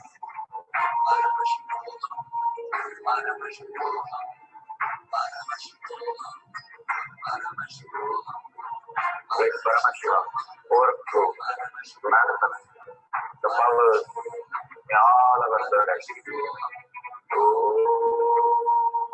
Nithyananda Paramashivoham. Nithyananda Paramashivoham. Nithyananda Paramashivoham. Nithyananda Paramashivoham. Nithyananda Paramashivoham. Nithyananda Paramashivoham.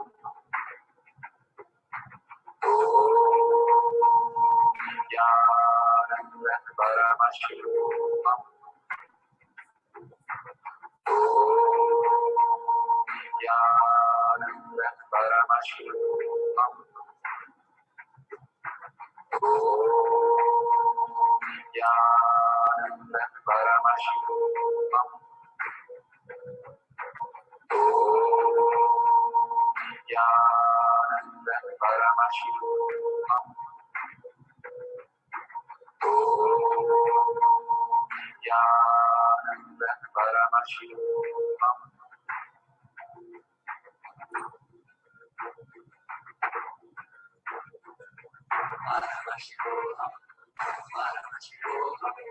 Let Paramashiva's spirit manifest in all our third eyes. Let the Amrita force, let the Bhakti open up, manifest in all of us.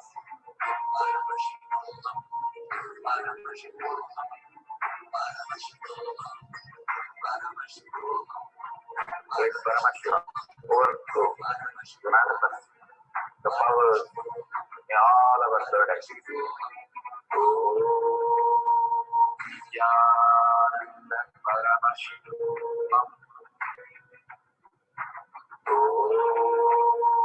Nithyananda Paramashivoham.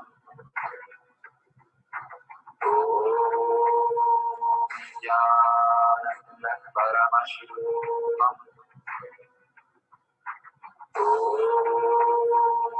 Nithyananda Paramashivoham. Nithyananda Paramashivoham. Nithyananda Paramashivoham. Nithyananda Paramashivoham. Nithyananda Paramashivoham. Nithyananda Paramashivoham. Nithyananda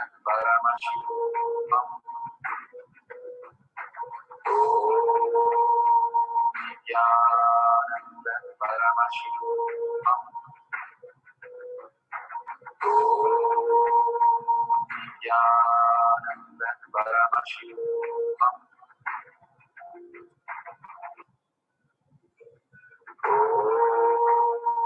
Nithyananda Paramashivoham. Nithyananda Paramashivoham. Nithyananda Paramashivoham. Nithyananda Paramashivoham.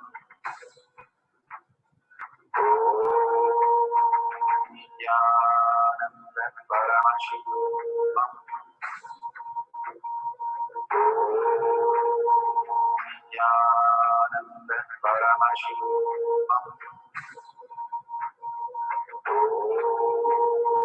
Nithyananda Paramashivoham.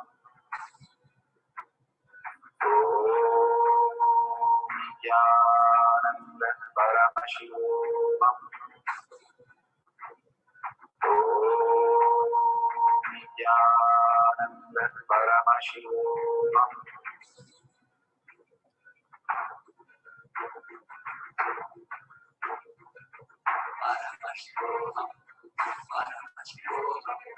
Let Paramashiva's spirit manifest in all our burdens. Let the Amrita flow. Let the Vati open up.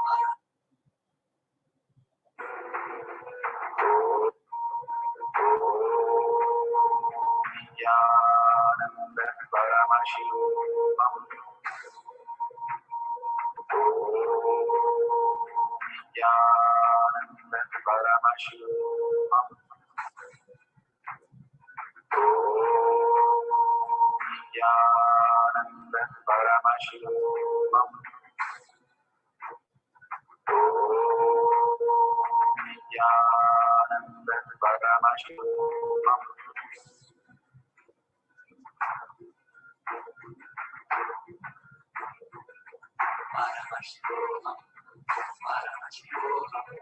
Let Paramashiva's spirit manifest in all our burdens. Let the Amrita flow. Let the Vati open up. Manifest in all of us.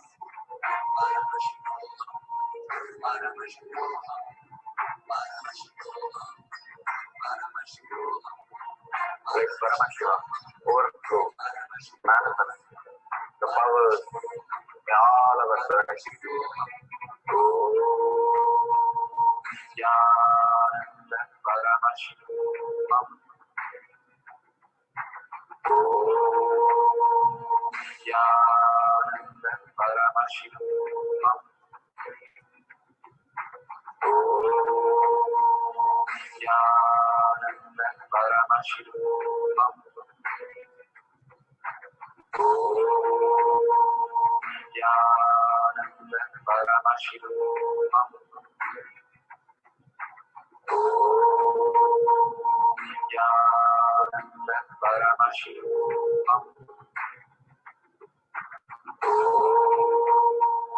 Nithyananda Paramashivoham. Nithyananda Paramashivoham.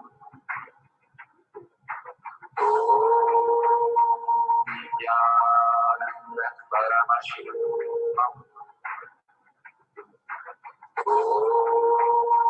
Nithyananda Paramashivoham. Beautiful. Whatever Paramashiva has shown and whatever you have written down, please verify authentically. We know with mind we can play games, but Paramashiva manifesting in us is an ultimate space of oneness. That very experience is something different. So authentically verify, and we're going to have one more cycle. Whatever you have manifested, just surrender to Bhagavan's lotus feet. Again and again, when we surrender, humbly ask Paramashiva to manifest in us and ask the whole thing, whatever topic, how Bhagavan said. When you humble is not something being polite, it is something which is less ego, Bhagavan says. Humbly surrender to that, whatever it is, a book or a topic, just surrender and say, Paramashiva, reveal that for me to understand. When you are in the humble space, simply that whole science gets revealed. That's how you can learn anything Bhagavan says and download anything from this world. And everything reveal itself.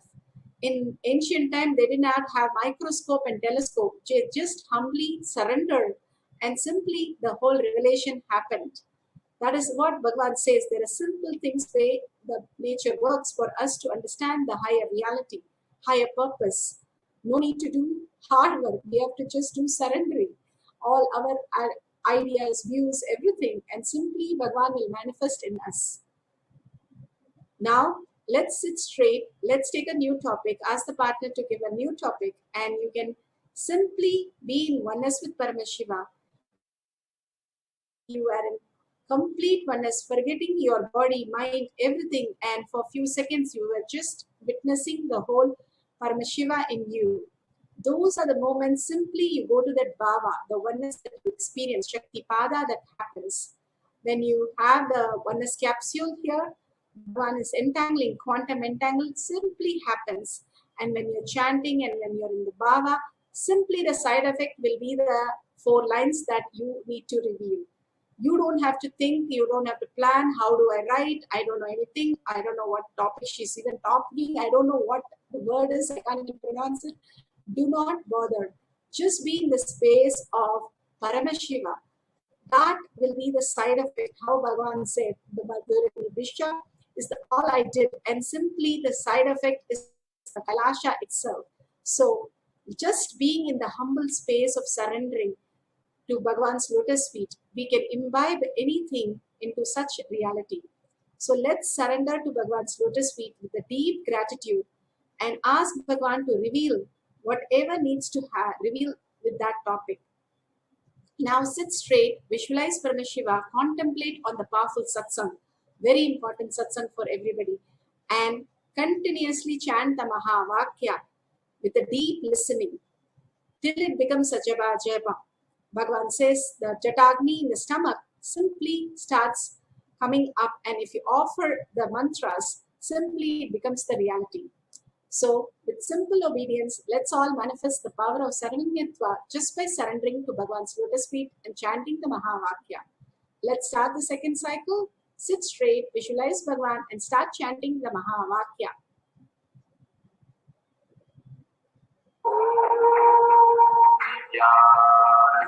Paramashivoham.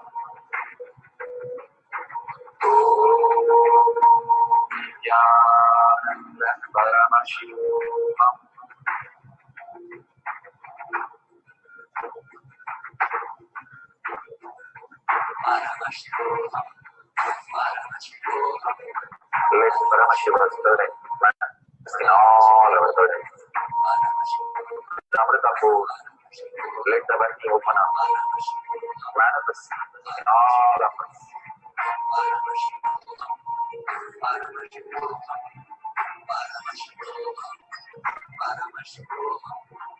Let Paramashiva overflow, manifest the powers in all our burdens.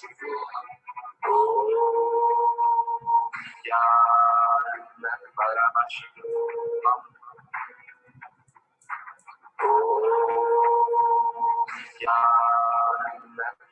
Paramashivoham. Paramashivoham.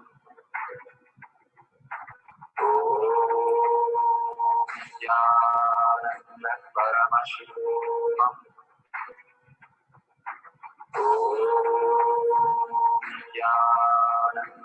Paramashivoham. Paramashivoham. Paramashivoham.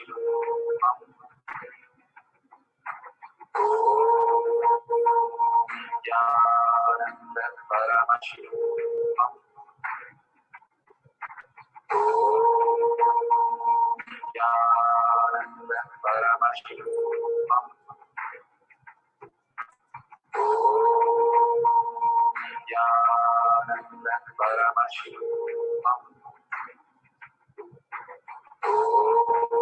Paramashivoham. Paramashivoham.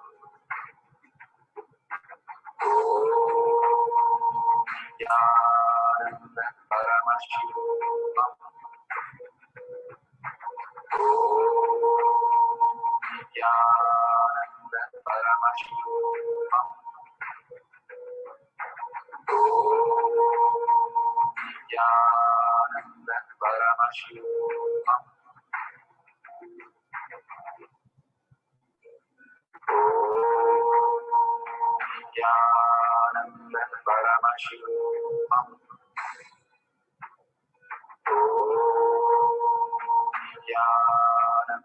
Paramashivoham.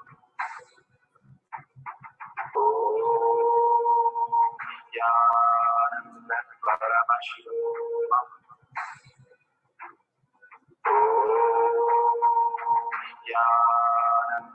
Paramashivoham.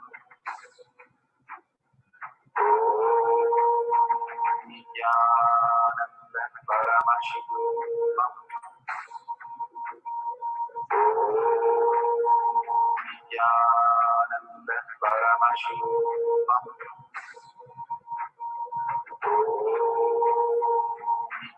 Nithyananda Paramashivoham.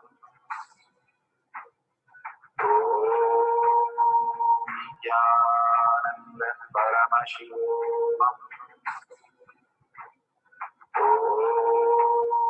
Nithyananda Paramashivoham.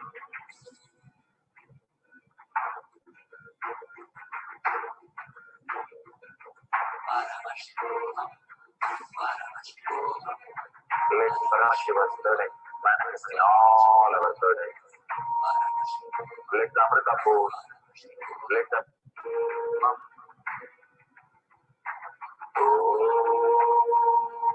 Nithyananda Paramashivoham. Nithyananda Paramashivoham.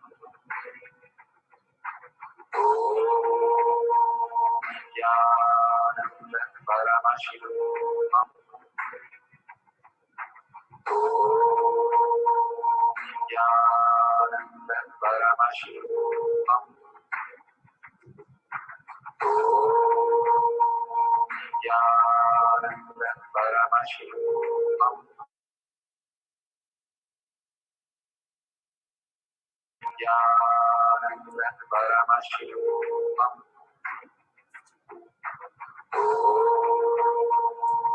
Nithyananda Paramashivoham.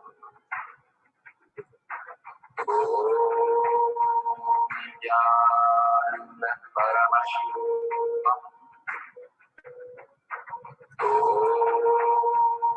Nithyananda Paramashivoham. Nithyananda Paramashivoham. So beautiful. Whatever you have manifested now, you can share it in the Kailash Kotyar Manifesting Power Group by typing tinyurl.com/powermanifestation. You can share your videos, your powerful cognition, your declarations, and your power manifestation photos, and whatever you want to share, thanking Swamiji and tagging your friends and family and asking also them to come for the next satsang, next power manifestation. Simply when you start sharing, causing others reality, Bhagavan says, Madhuguri Bhiksha is the way I created my Kailasa. If a nation could be created just by a begging bowl, why not your desires? Why not your goals? Simply by sharing all these great moments, the powerful cognition and the power manifestation, just thanking Swamiji is the great contribution from all of us for our life.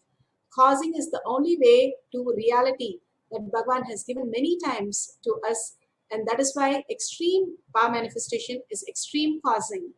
So make sure you share this in tinyurl.com/power manifestation and tag us to your friends and families, thanking Swamiji. That would be the beautiful thing that we can experience as Paramashiva's gift today.